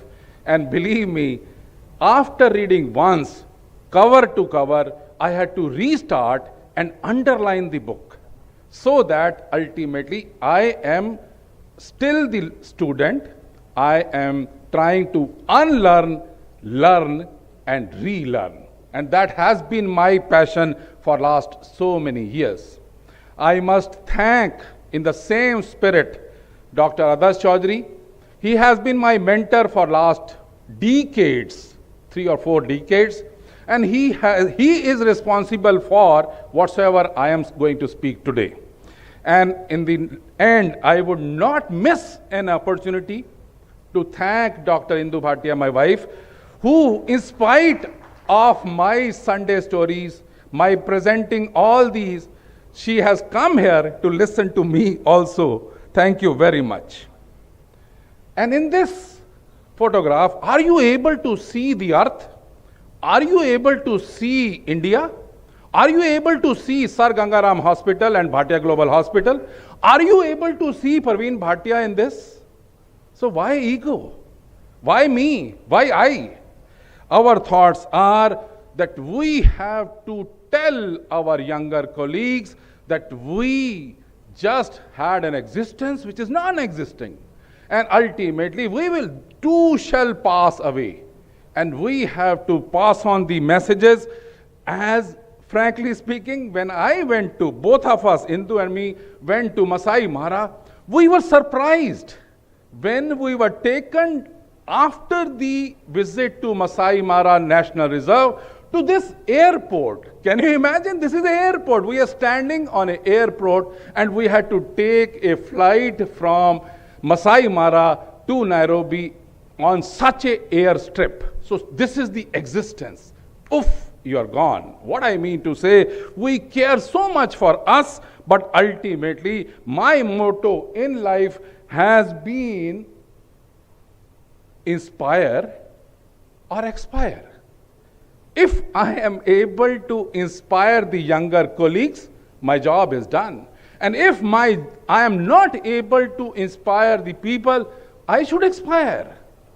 I should not be existing. So that is the thought that always keeps me motivated and keeps me in the line, so that ultimately I am able to sum up. And I would say Dr. Sanjeev Haribhakti did an injustice to all of us today. He should have allowed us to speak for hours and hours, and then I could have spent maybe whole day to tell you so many lessons which I have learned in my life. So I phoned him, do you want life lessons or do you want surgical lessons? He says life lessons. So he says that you have to sum up your presentation in 20 minutes. In 20 minutes, if 5 lessons have to be projected, then it becomes challenging. And it took time for me to present, and I would be dwelling in next 18 minutes on this. First lesson of my life has been cut 1 mark if possible. Second lesson has been, it's all about finding the calm in the chaos. Third lesson is stay positive. Will surprise you by my positive energy level. And lesson number 4 is respond but never react. And 5th lesson, and to me that is the most important surgical lesson also, a split second becomes eternal. And I will spend few minutes, 3 slides each on these 5 lessons, and I will complete my job. When I was a student in class 9, 10th and 11th, in mathematics paper, I used to write at the end of it, cut 1 mark if possible. And teacher could not cut it. And can you imagine, I was carrying that emotion, and I was telling my younger colleagues in Gangaram Hospital as well as in Bhatia Global Hospital that today you have done lab, Koli. Is it possible to cut 1 mark or not? Yes, sir, I have done my best. That's it. That means you are trying to do your best, and that is the way I have also been operating throughout my life, that isme ek bhi number katna nahi chahiye. I should give my best to the patient, and then only patient's best will come back to me. And can you imagine, I operated on a patient recently, and my habit is that I ask the patient on the table before the induction, what are you going to do? So that I make them relaxed before they go in for induction. So I asked her, what are you doing? So she says that I am a mathematics teacher. So I told her that in mathematics, I used to score 100% marks, and I used to write at the end of the paper, cut 1 mark if possible. She says, ho hi nahi sakta. How is it possible? Could your teacher cut 1 mark? I said, no. Then after follow-up, then I asked her, can you now tell me that how could I write this? She says that nobody can write it. I said, I have been writing it. If you say that I am lying, it's up to you. And I told her that my policy in life has been check, check, check, cross-check, counter-check, check and check. And I have not been checking the question from the top to the bottom, but I have been checking from the answer to the question. So this is the way I have been doing all the workshops, all the conferences, all the presentations, all the surgeries, so that ultimately check, check, check, check, recheck, cross-check, counter-check, check and check has become famous with my name. I would put it this way. And again, for younger colleagues, I would tell them that even if you are going through hell, keep moving. That is the only way you will come out. There have been many situations in life also, in surgery also, that if we are passing through or we are doing a rough kind of operation, we are not able to get the Callet's anatomy, for example, but patience brings patients, patients bring patience. So our thoughts are that please carry on moving, never ever give up in life, and you will be able to come out of the hell. And as has been presented in the morning also, that we should always remain intensely focused. If we are focused, what we are going to do, and our intensity is there, our consistency is there, and Dr. Chaudhary pointed out to me that you should boast of this newsletter. I said, no, I should not. But he says, no, when we started our newsletter from Global Hospital, it was in November 2001. And he told me that around 18% of the journals die down in 2 years. So you should be sure that if you have such substance, then only publish a newsletter, otherwise please don't start it. And God has been ultra kind that we have been able to publish the newsletter for last 22 years, and it every month on 22nd of month it goes to 6,000 people all over the country, and we have been able to contribute maybe a small drop in the ocean. So our thinking is, 1, the intensity, and 2, the consistency has to be there. And for this, and especially for my younger colleagues, I must say the lessons of my life is that we have to be disciplined. Disciplined would mean, how can I be disciplined? I have this habit of getting up at 4 a.m. for ages now. And at the time of getting up and at the time of waking up, the time should be, interval should be 0. When I start teaching my younger colleagues, telling my younger colleagues that the time between waking up and getting up should be 0, then how can it be that I will carry on sleeping? So I have to get up and after getting at 4 a.m., doing physical exercise, weightlifting at this age also, strenuous weightlifting at this age also for 1 hour, and then I go for morning walk and so on and so forth. But can you imagine, Dr. Chaudhary gave me a phone call a few days back, and he says that, what are you doing? So I told him, I am connected to the connective tissues. I was doing a hernia, and I was feeling as if the bilaminar fascia transversalis is meant for us. The God has created the planes only for us, the surgeons. So why not work in those planes?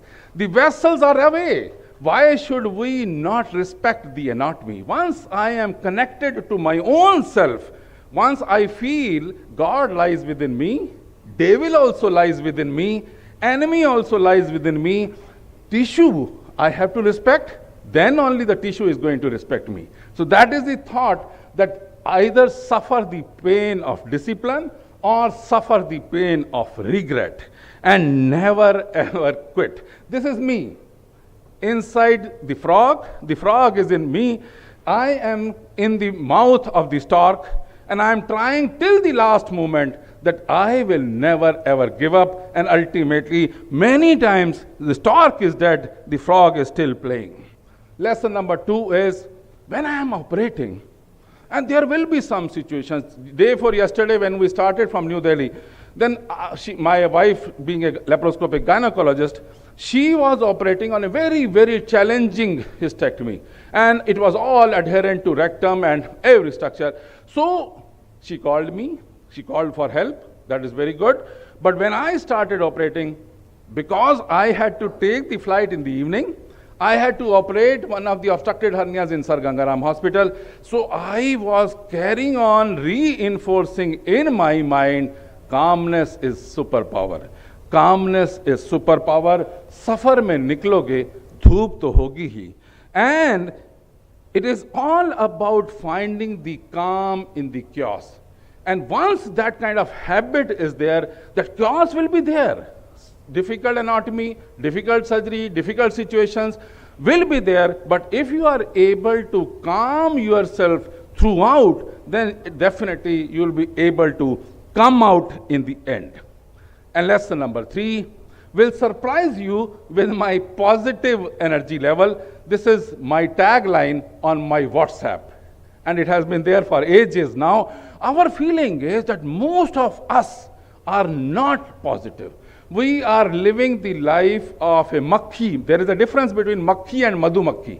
Makhi is that it will always find out wherever there is a shit, it will sit there.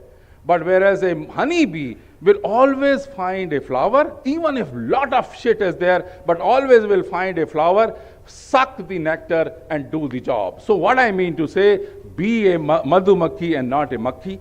Remain positive. Don't try to find out the weather is not good. You go to the hill station and then they start saying that a lot of cold weather is there. So you have come to a hill station. Why should you crib? You enjoy that weather. You enjoy everything. And believe in yourself. That is a very, very important. Most of the times, I would put it this way, that we start competing with each other. I think, let's be very straight about it. We have to compete with our own self. Why should we compete with others?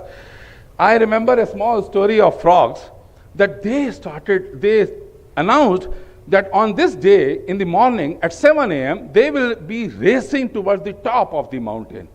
And as the frogs started running, more onlookers had collected, more criticizers had collected, and they were cheering up, and they were very, very happy when one frog falls down, second one falls down, third one also. But ultimately, at the end, one frog could reach the top of the mountain. Those onlookers, those criticizers, they told the frogs that find out how could it be that that frog has reached the top of the mountain and not you. And then any and every frog started giving an excuse. Oh, I am doing so much, I am earning so much, why should I work hard? I am having enough, I am spending time with my family, and so on and so forth. But ultimately, they were not interested in finding out that why did you fall off. They were interested in how that frog reached the top of the mountain. And then when they interviewed the frog, frog carried on smiling. Frog carried on smiling. They were surprised. How could it be? He is not answering us. And would you be surprised? Frog was deaf. Frog was deaf to the criticism.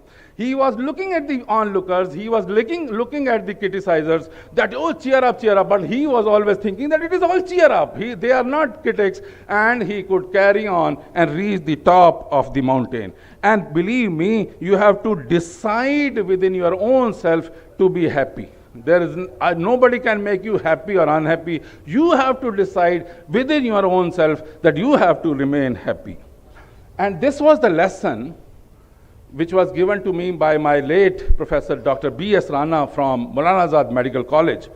We were recently married in our post-graduation days in Maulana Azad Medical College. And anytime and every time, he says that any fool can do the surgery. Any fool can learn surgery. You have to learn the values of life. And I was always thrilled. And one day he said, respond but never reacted. So I thought, honestly, that he must have overheard that yesterday night both me and wife have fought with each other. So he was giving respond but never react. No, our thoughts were, whenever some situations are there in laparoscopy, in surgery, in life, if we have a habit of not reacting and we just respond, our job is done, and this too shall pass. Time is the best healer. Would you be thinking about the Buddha story? One day, somebody spat on Buddha, and Buddha never responded, never reacted. The same night, the person could not sleep, and he came next day only, sir, I am very sorry. I have found out that you are a great person, and I did a mischief, and I spat on you because somebody else had told me. I am very, very sorry. Buddha never reacted. And after 5 days of remorse, repenting, that man came back again and said that, I am surprised that how could it be that when I spat on you, you never responded, never reacted. When I came to say sorry, apologize, then also there was no reaction. What was the answer of Buddha? He said that if you had come 20 years before, I would have done the same. I would have reacted when you had spat on me. I would have also maybe beaten you. And when you praised me, then I would have embraced you.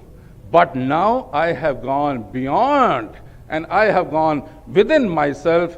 I do not want to react to any situation. I just want to respond. And I think this very lesson has paid me very much in my life, and I want my younger colleagues, my children, also learn this, that there will be a number of situations in surgery, in life, that when the situation can be deteriorated by just a reaction or an overreaction. So respond, never ever react.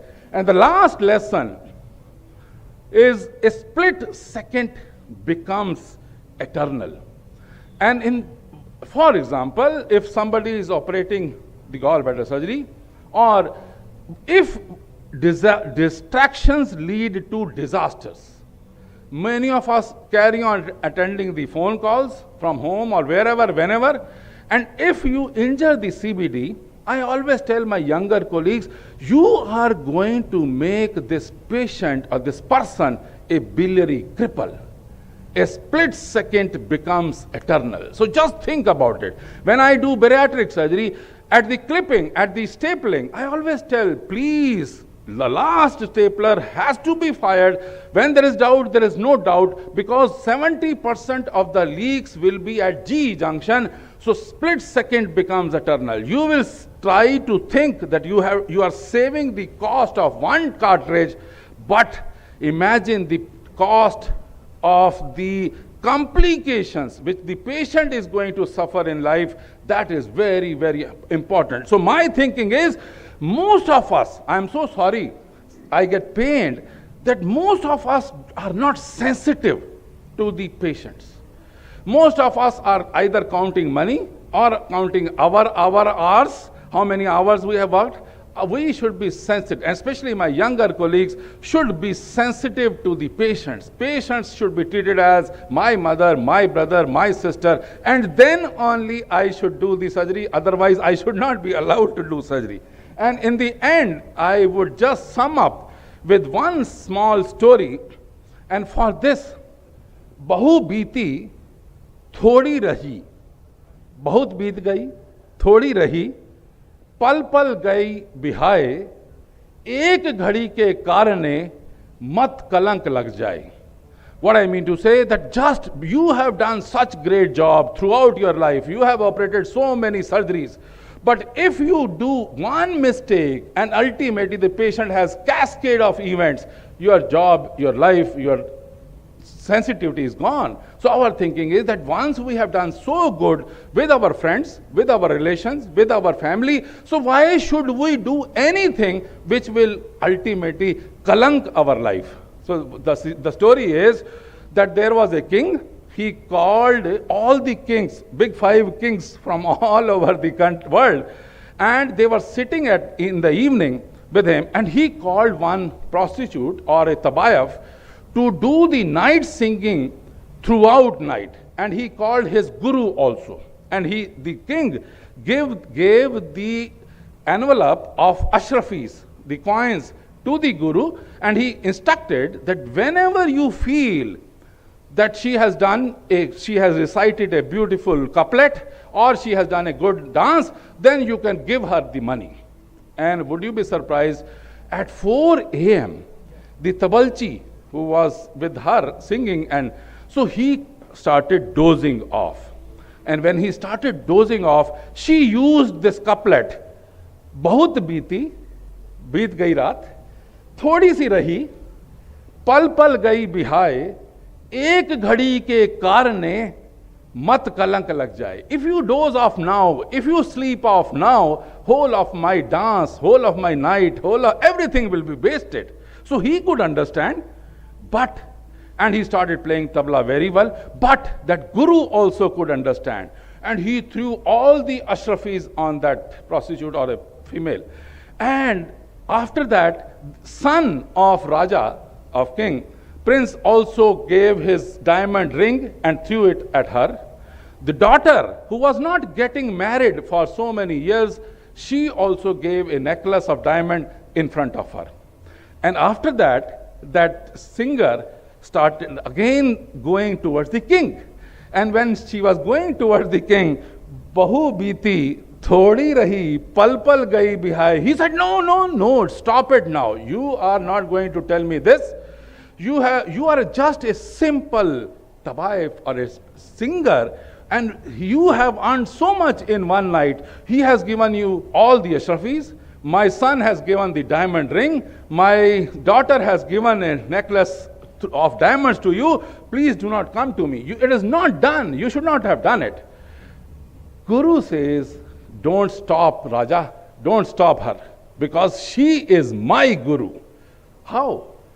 Because I have been spending my life learning, teaching, unlearning throughout, but today, I don't know, I felt that I was not doing the justice to my sainthood, and that is the reason, as soon as she had this, ek ghadi ke karne mat kalank lag jaye, that is the reason that I threw her, or gave her all the money, that I am at guilty and I will never do it, I am going.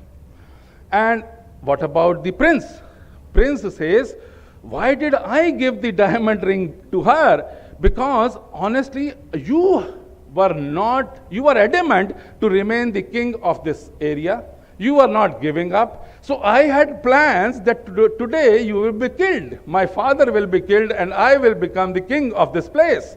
But after listening to this sentence, ek ghadi ke karne mat kalank lang jaye, I have changed my mind, and that is the reason that I gave this ring to. And why did you give? Daughter was asked, why did you give the necklace?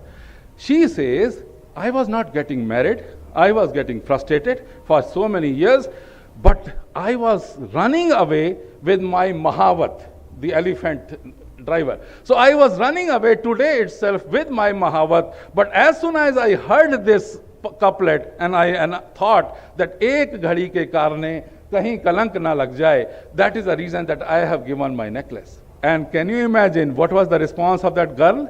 She says that if one sentence, a split second becomes eternal, if one sentence can change the lives of Guruji, daughter, prince, and you, Raja, I have also changed my life. From now onwards, I am not going to sing, I am not going to perform, and I will lead a holy life afterwards. And I will not have any cascade of events. And that is my message to our younger colleagues is, please, power of now, power of one has to be appreciated, and never ever think that you are learned. The day you become learned, you are doomed. Please remain a learner, unlearn, learn, and relearn, and then only, and never ever think that I am Dr. Parveen Bhatia. Please take out I out of this and remain humble, have the humility, one poof, and you are gone. So why should have ego stand in between us? We have ultimately been able to serve the people, the poor, the VIPs, everyone. So we should carry on in the same wavelength and help the people as much as possible before saying goodbye. Thank you very much. Thanks a lot. God bless you all.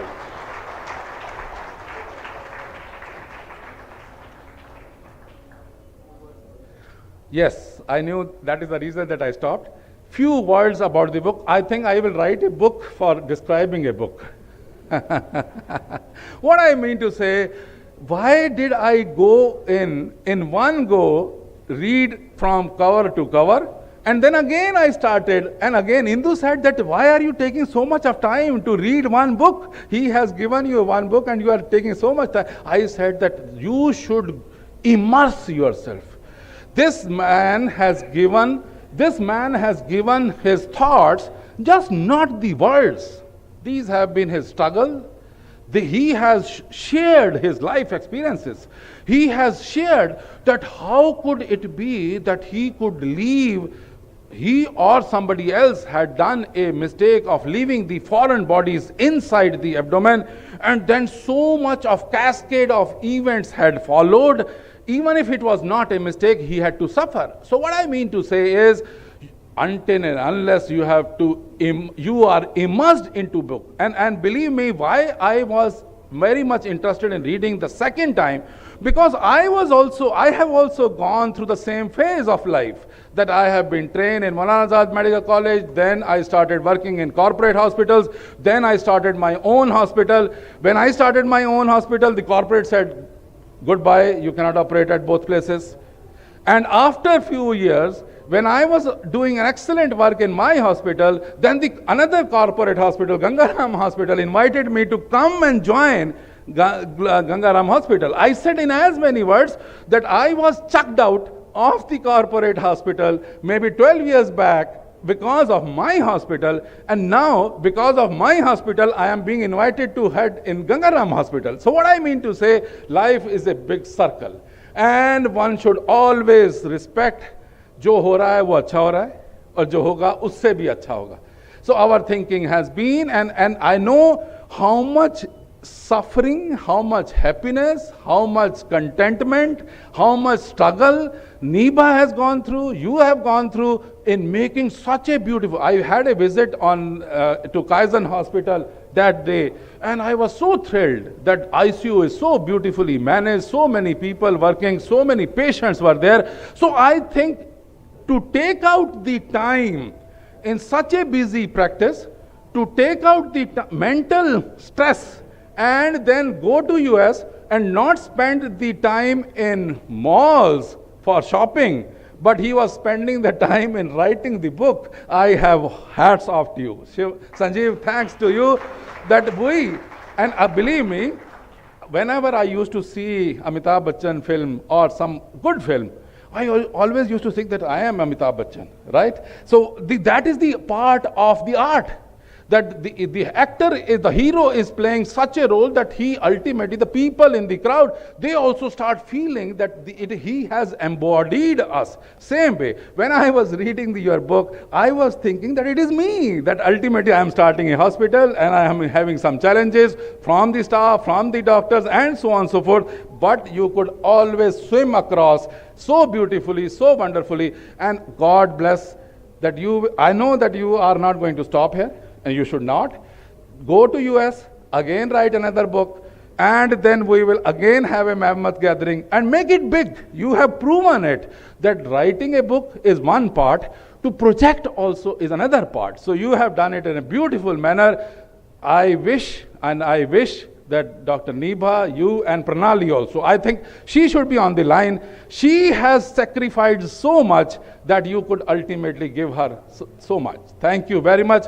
God bless you all.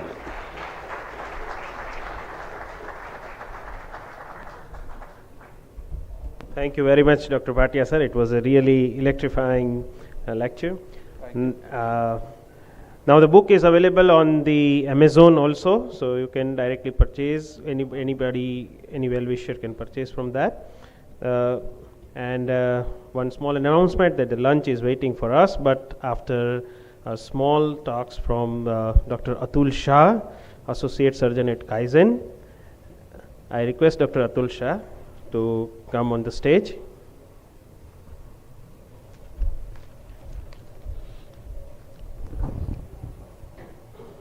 Good afternoon. After hearing the profound lectures of the seniors and our teachers, I'm not going to take much of your time. Spending nearly 40 years together, I'm fortunate to be a part of the journey what Sanjeev has described in his book on Big 5 Lessons from the Life of a Surgeon. Since early days, Sanjeev has been passionate about whatever he does.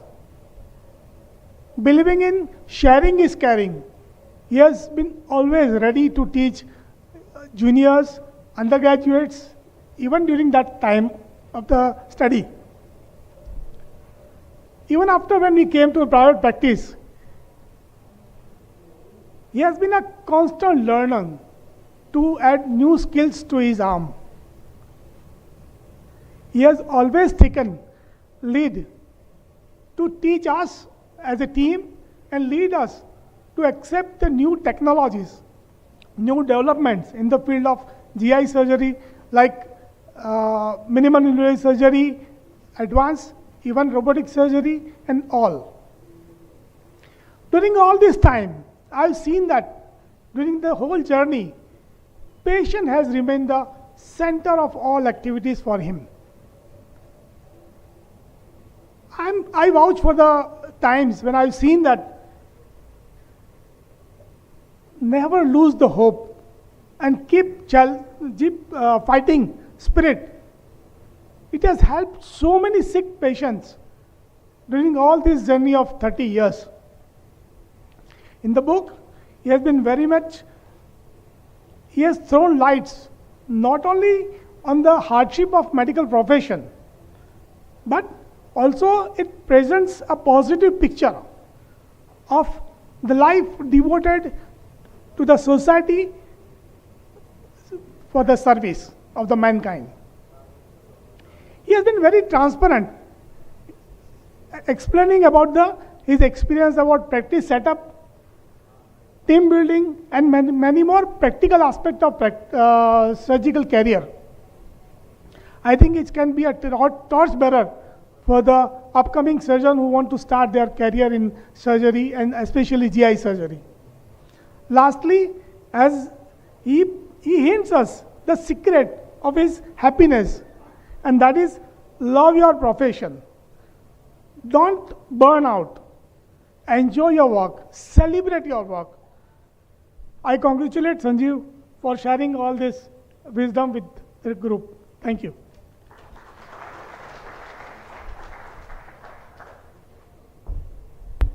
Thank you very much, Dr. Atul Bhai. I now request Dr. Ankur Tiwari, who was a fellow at Kaizen Hospital and at present he is a consultant at Adikura Hospital, Baroda. Good afternoon, everyone. It feels privileged to be here on this podium, on this event where my mentor, my superhero, Dr. Sanjeev sir, has launched this book.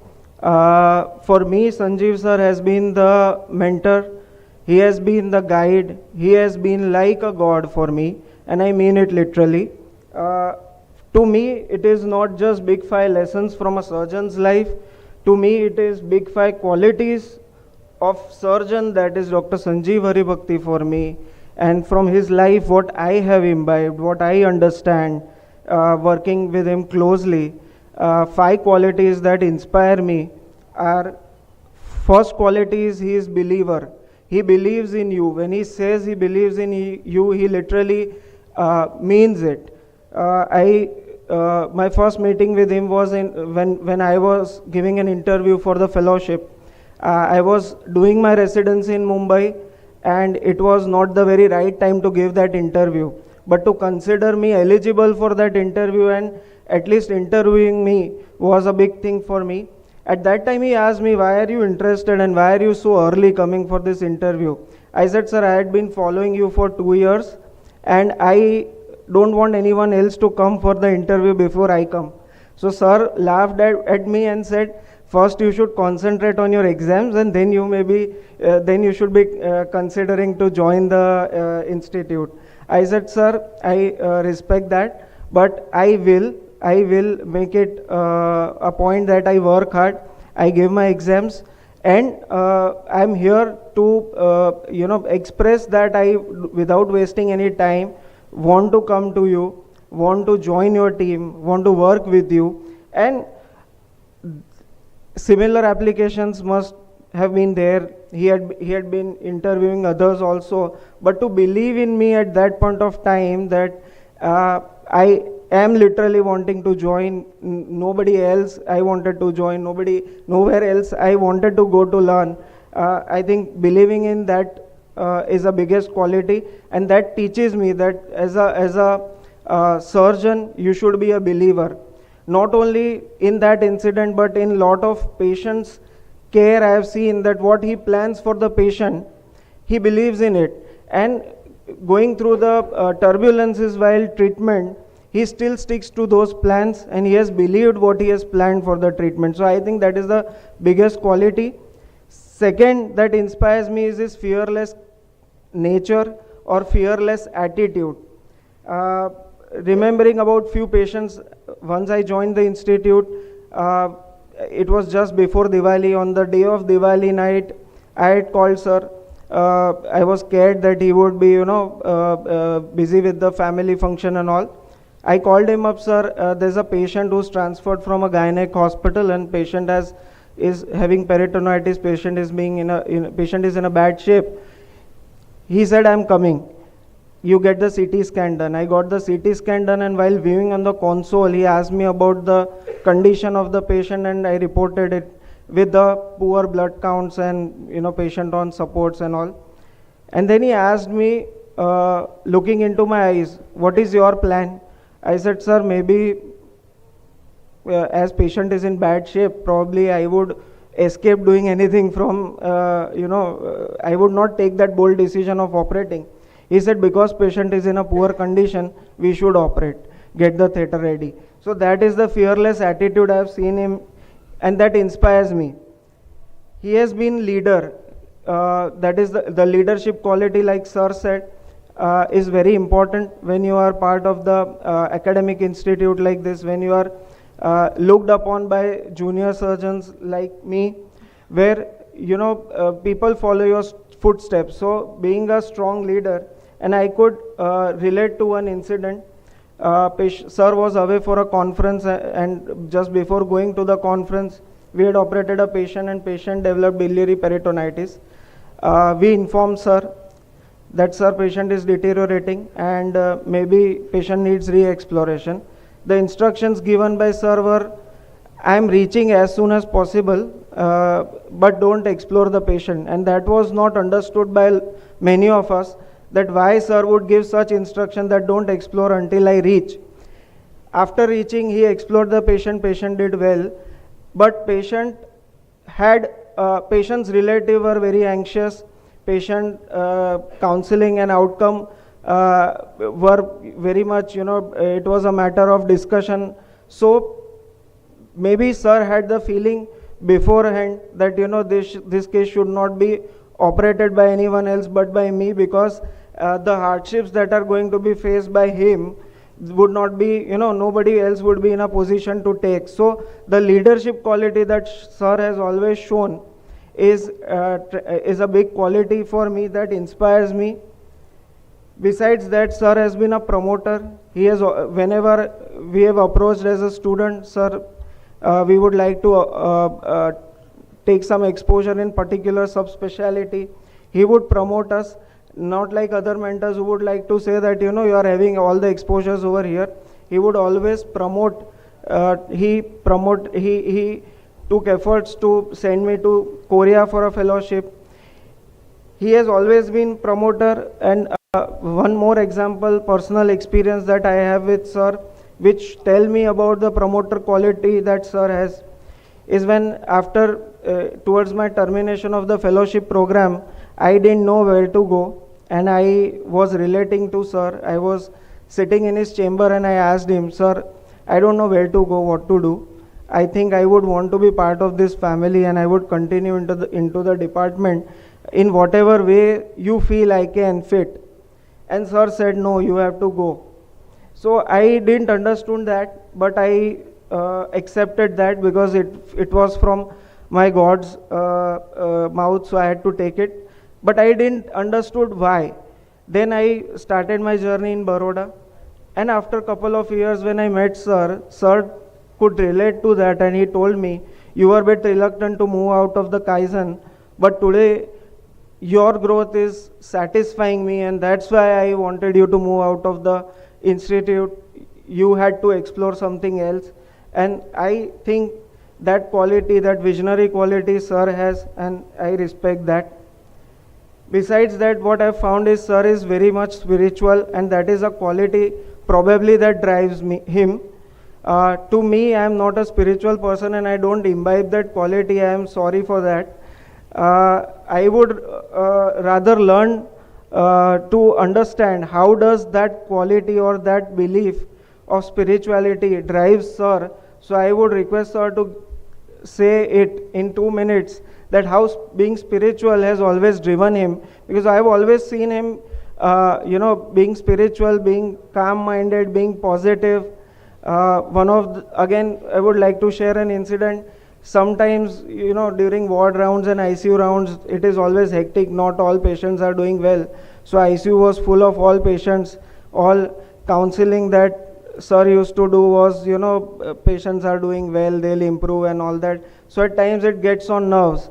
He was supposed to operate a patient for a major surgery, which again is quite demanding. So in middle of all this, I was stressed as a fellow, having no responsibility. Even I was stressed that how sir is going to, perform this surgery. And in the changing room, I hear a whistle or a murmuring of music, la la la la la. That is how sir used to sing when he enters the OT. So I was surprised to see his attitude, that how calm he can be when he is, he has been through so much hectic schedule, and still he has been, light-minded, always positive about patient's outcome, always caring about the team. So showing all those qualities, I think that is 5 big qualities that I inspire from sir. And like I said, sir, I would like to know how being spiritual drives you through all this. Thank you.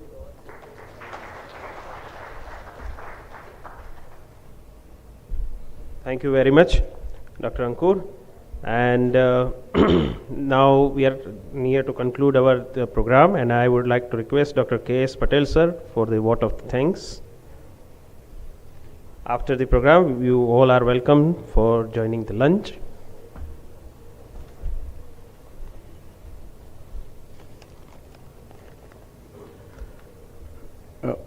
at the end the program, Honorable Dr. Haribhakti, learned speaker from all over the India, Kaizenian and fellow delegates. As a senior member of this Kaizen family, this honors of expressing a word of thanks is given to me, and I'm feeling proud and privileged to express my sincere gratitude to all of you, those who have contributed in successful of this organization of CME book launching on 11th anniversary of this Kaizen Hospital.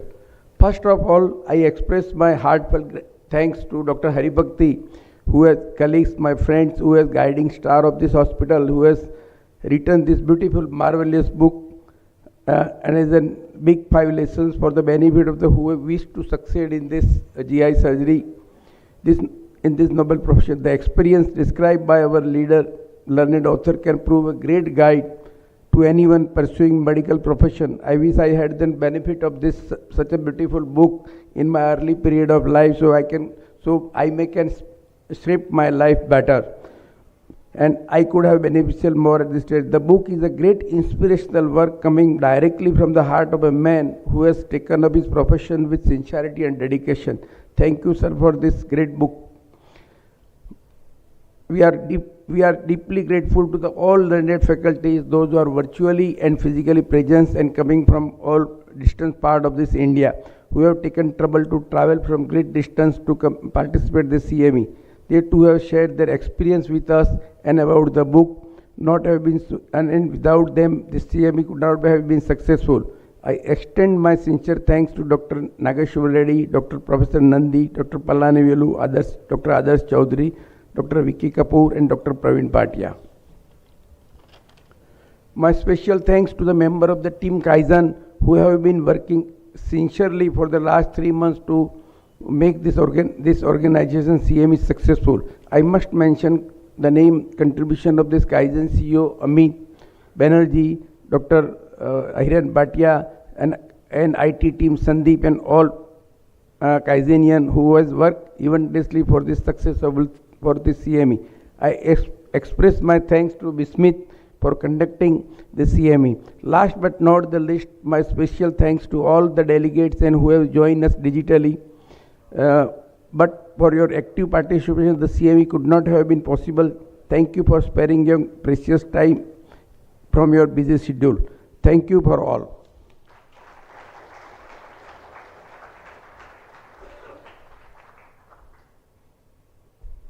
Thank you very much. And now we declare this program concluded. I request everyone to have a delicious lunch is waiting for all of us, and please do not forget to collect your copy of book, which is especially gifted on this occasion by Dr. Sanjeev Haribhakti himself. Thank you.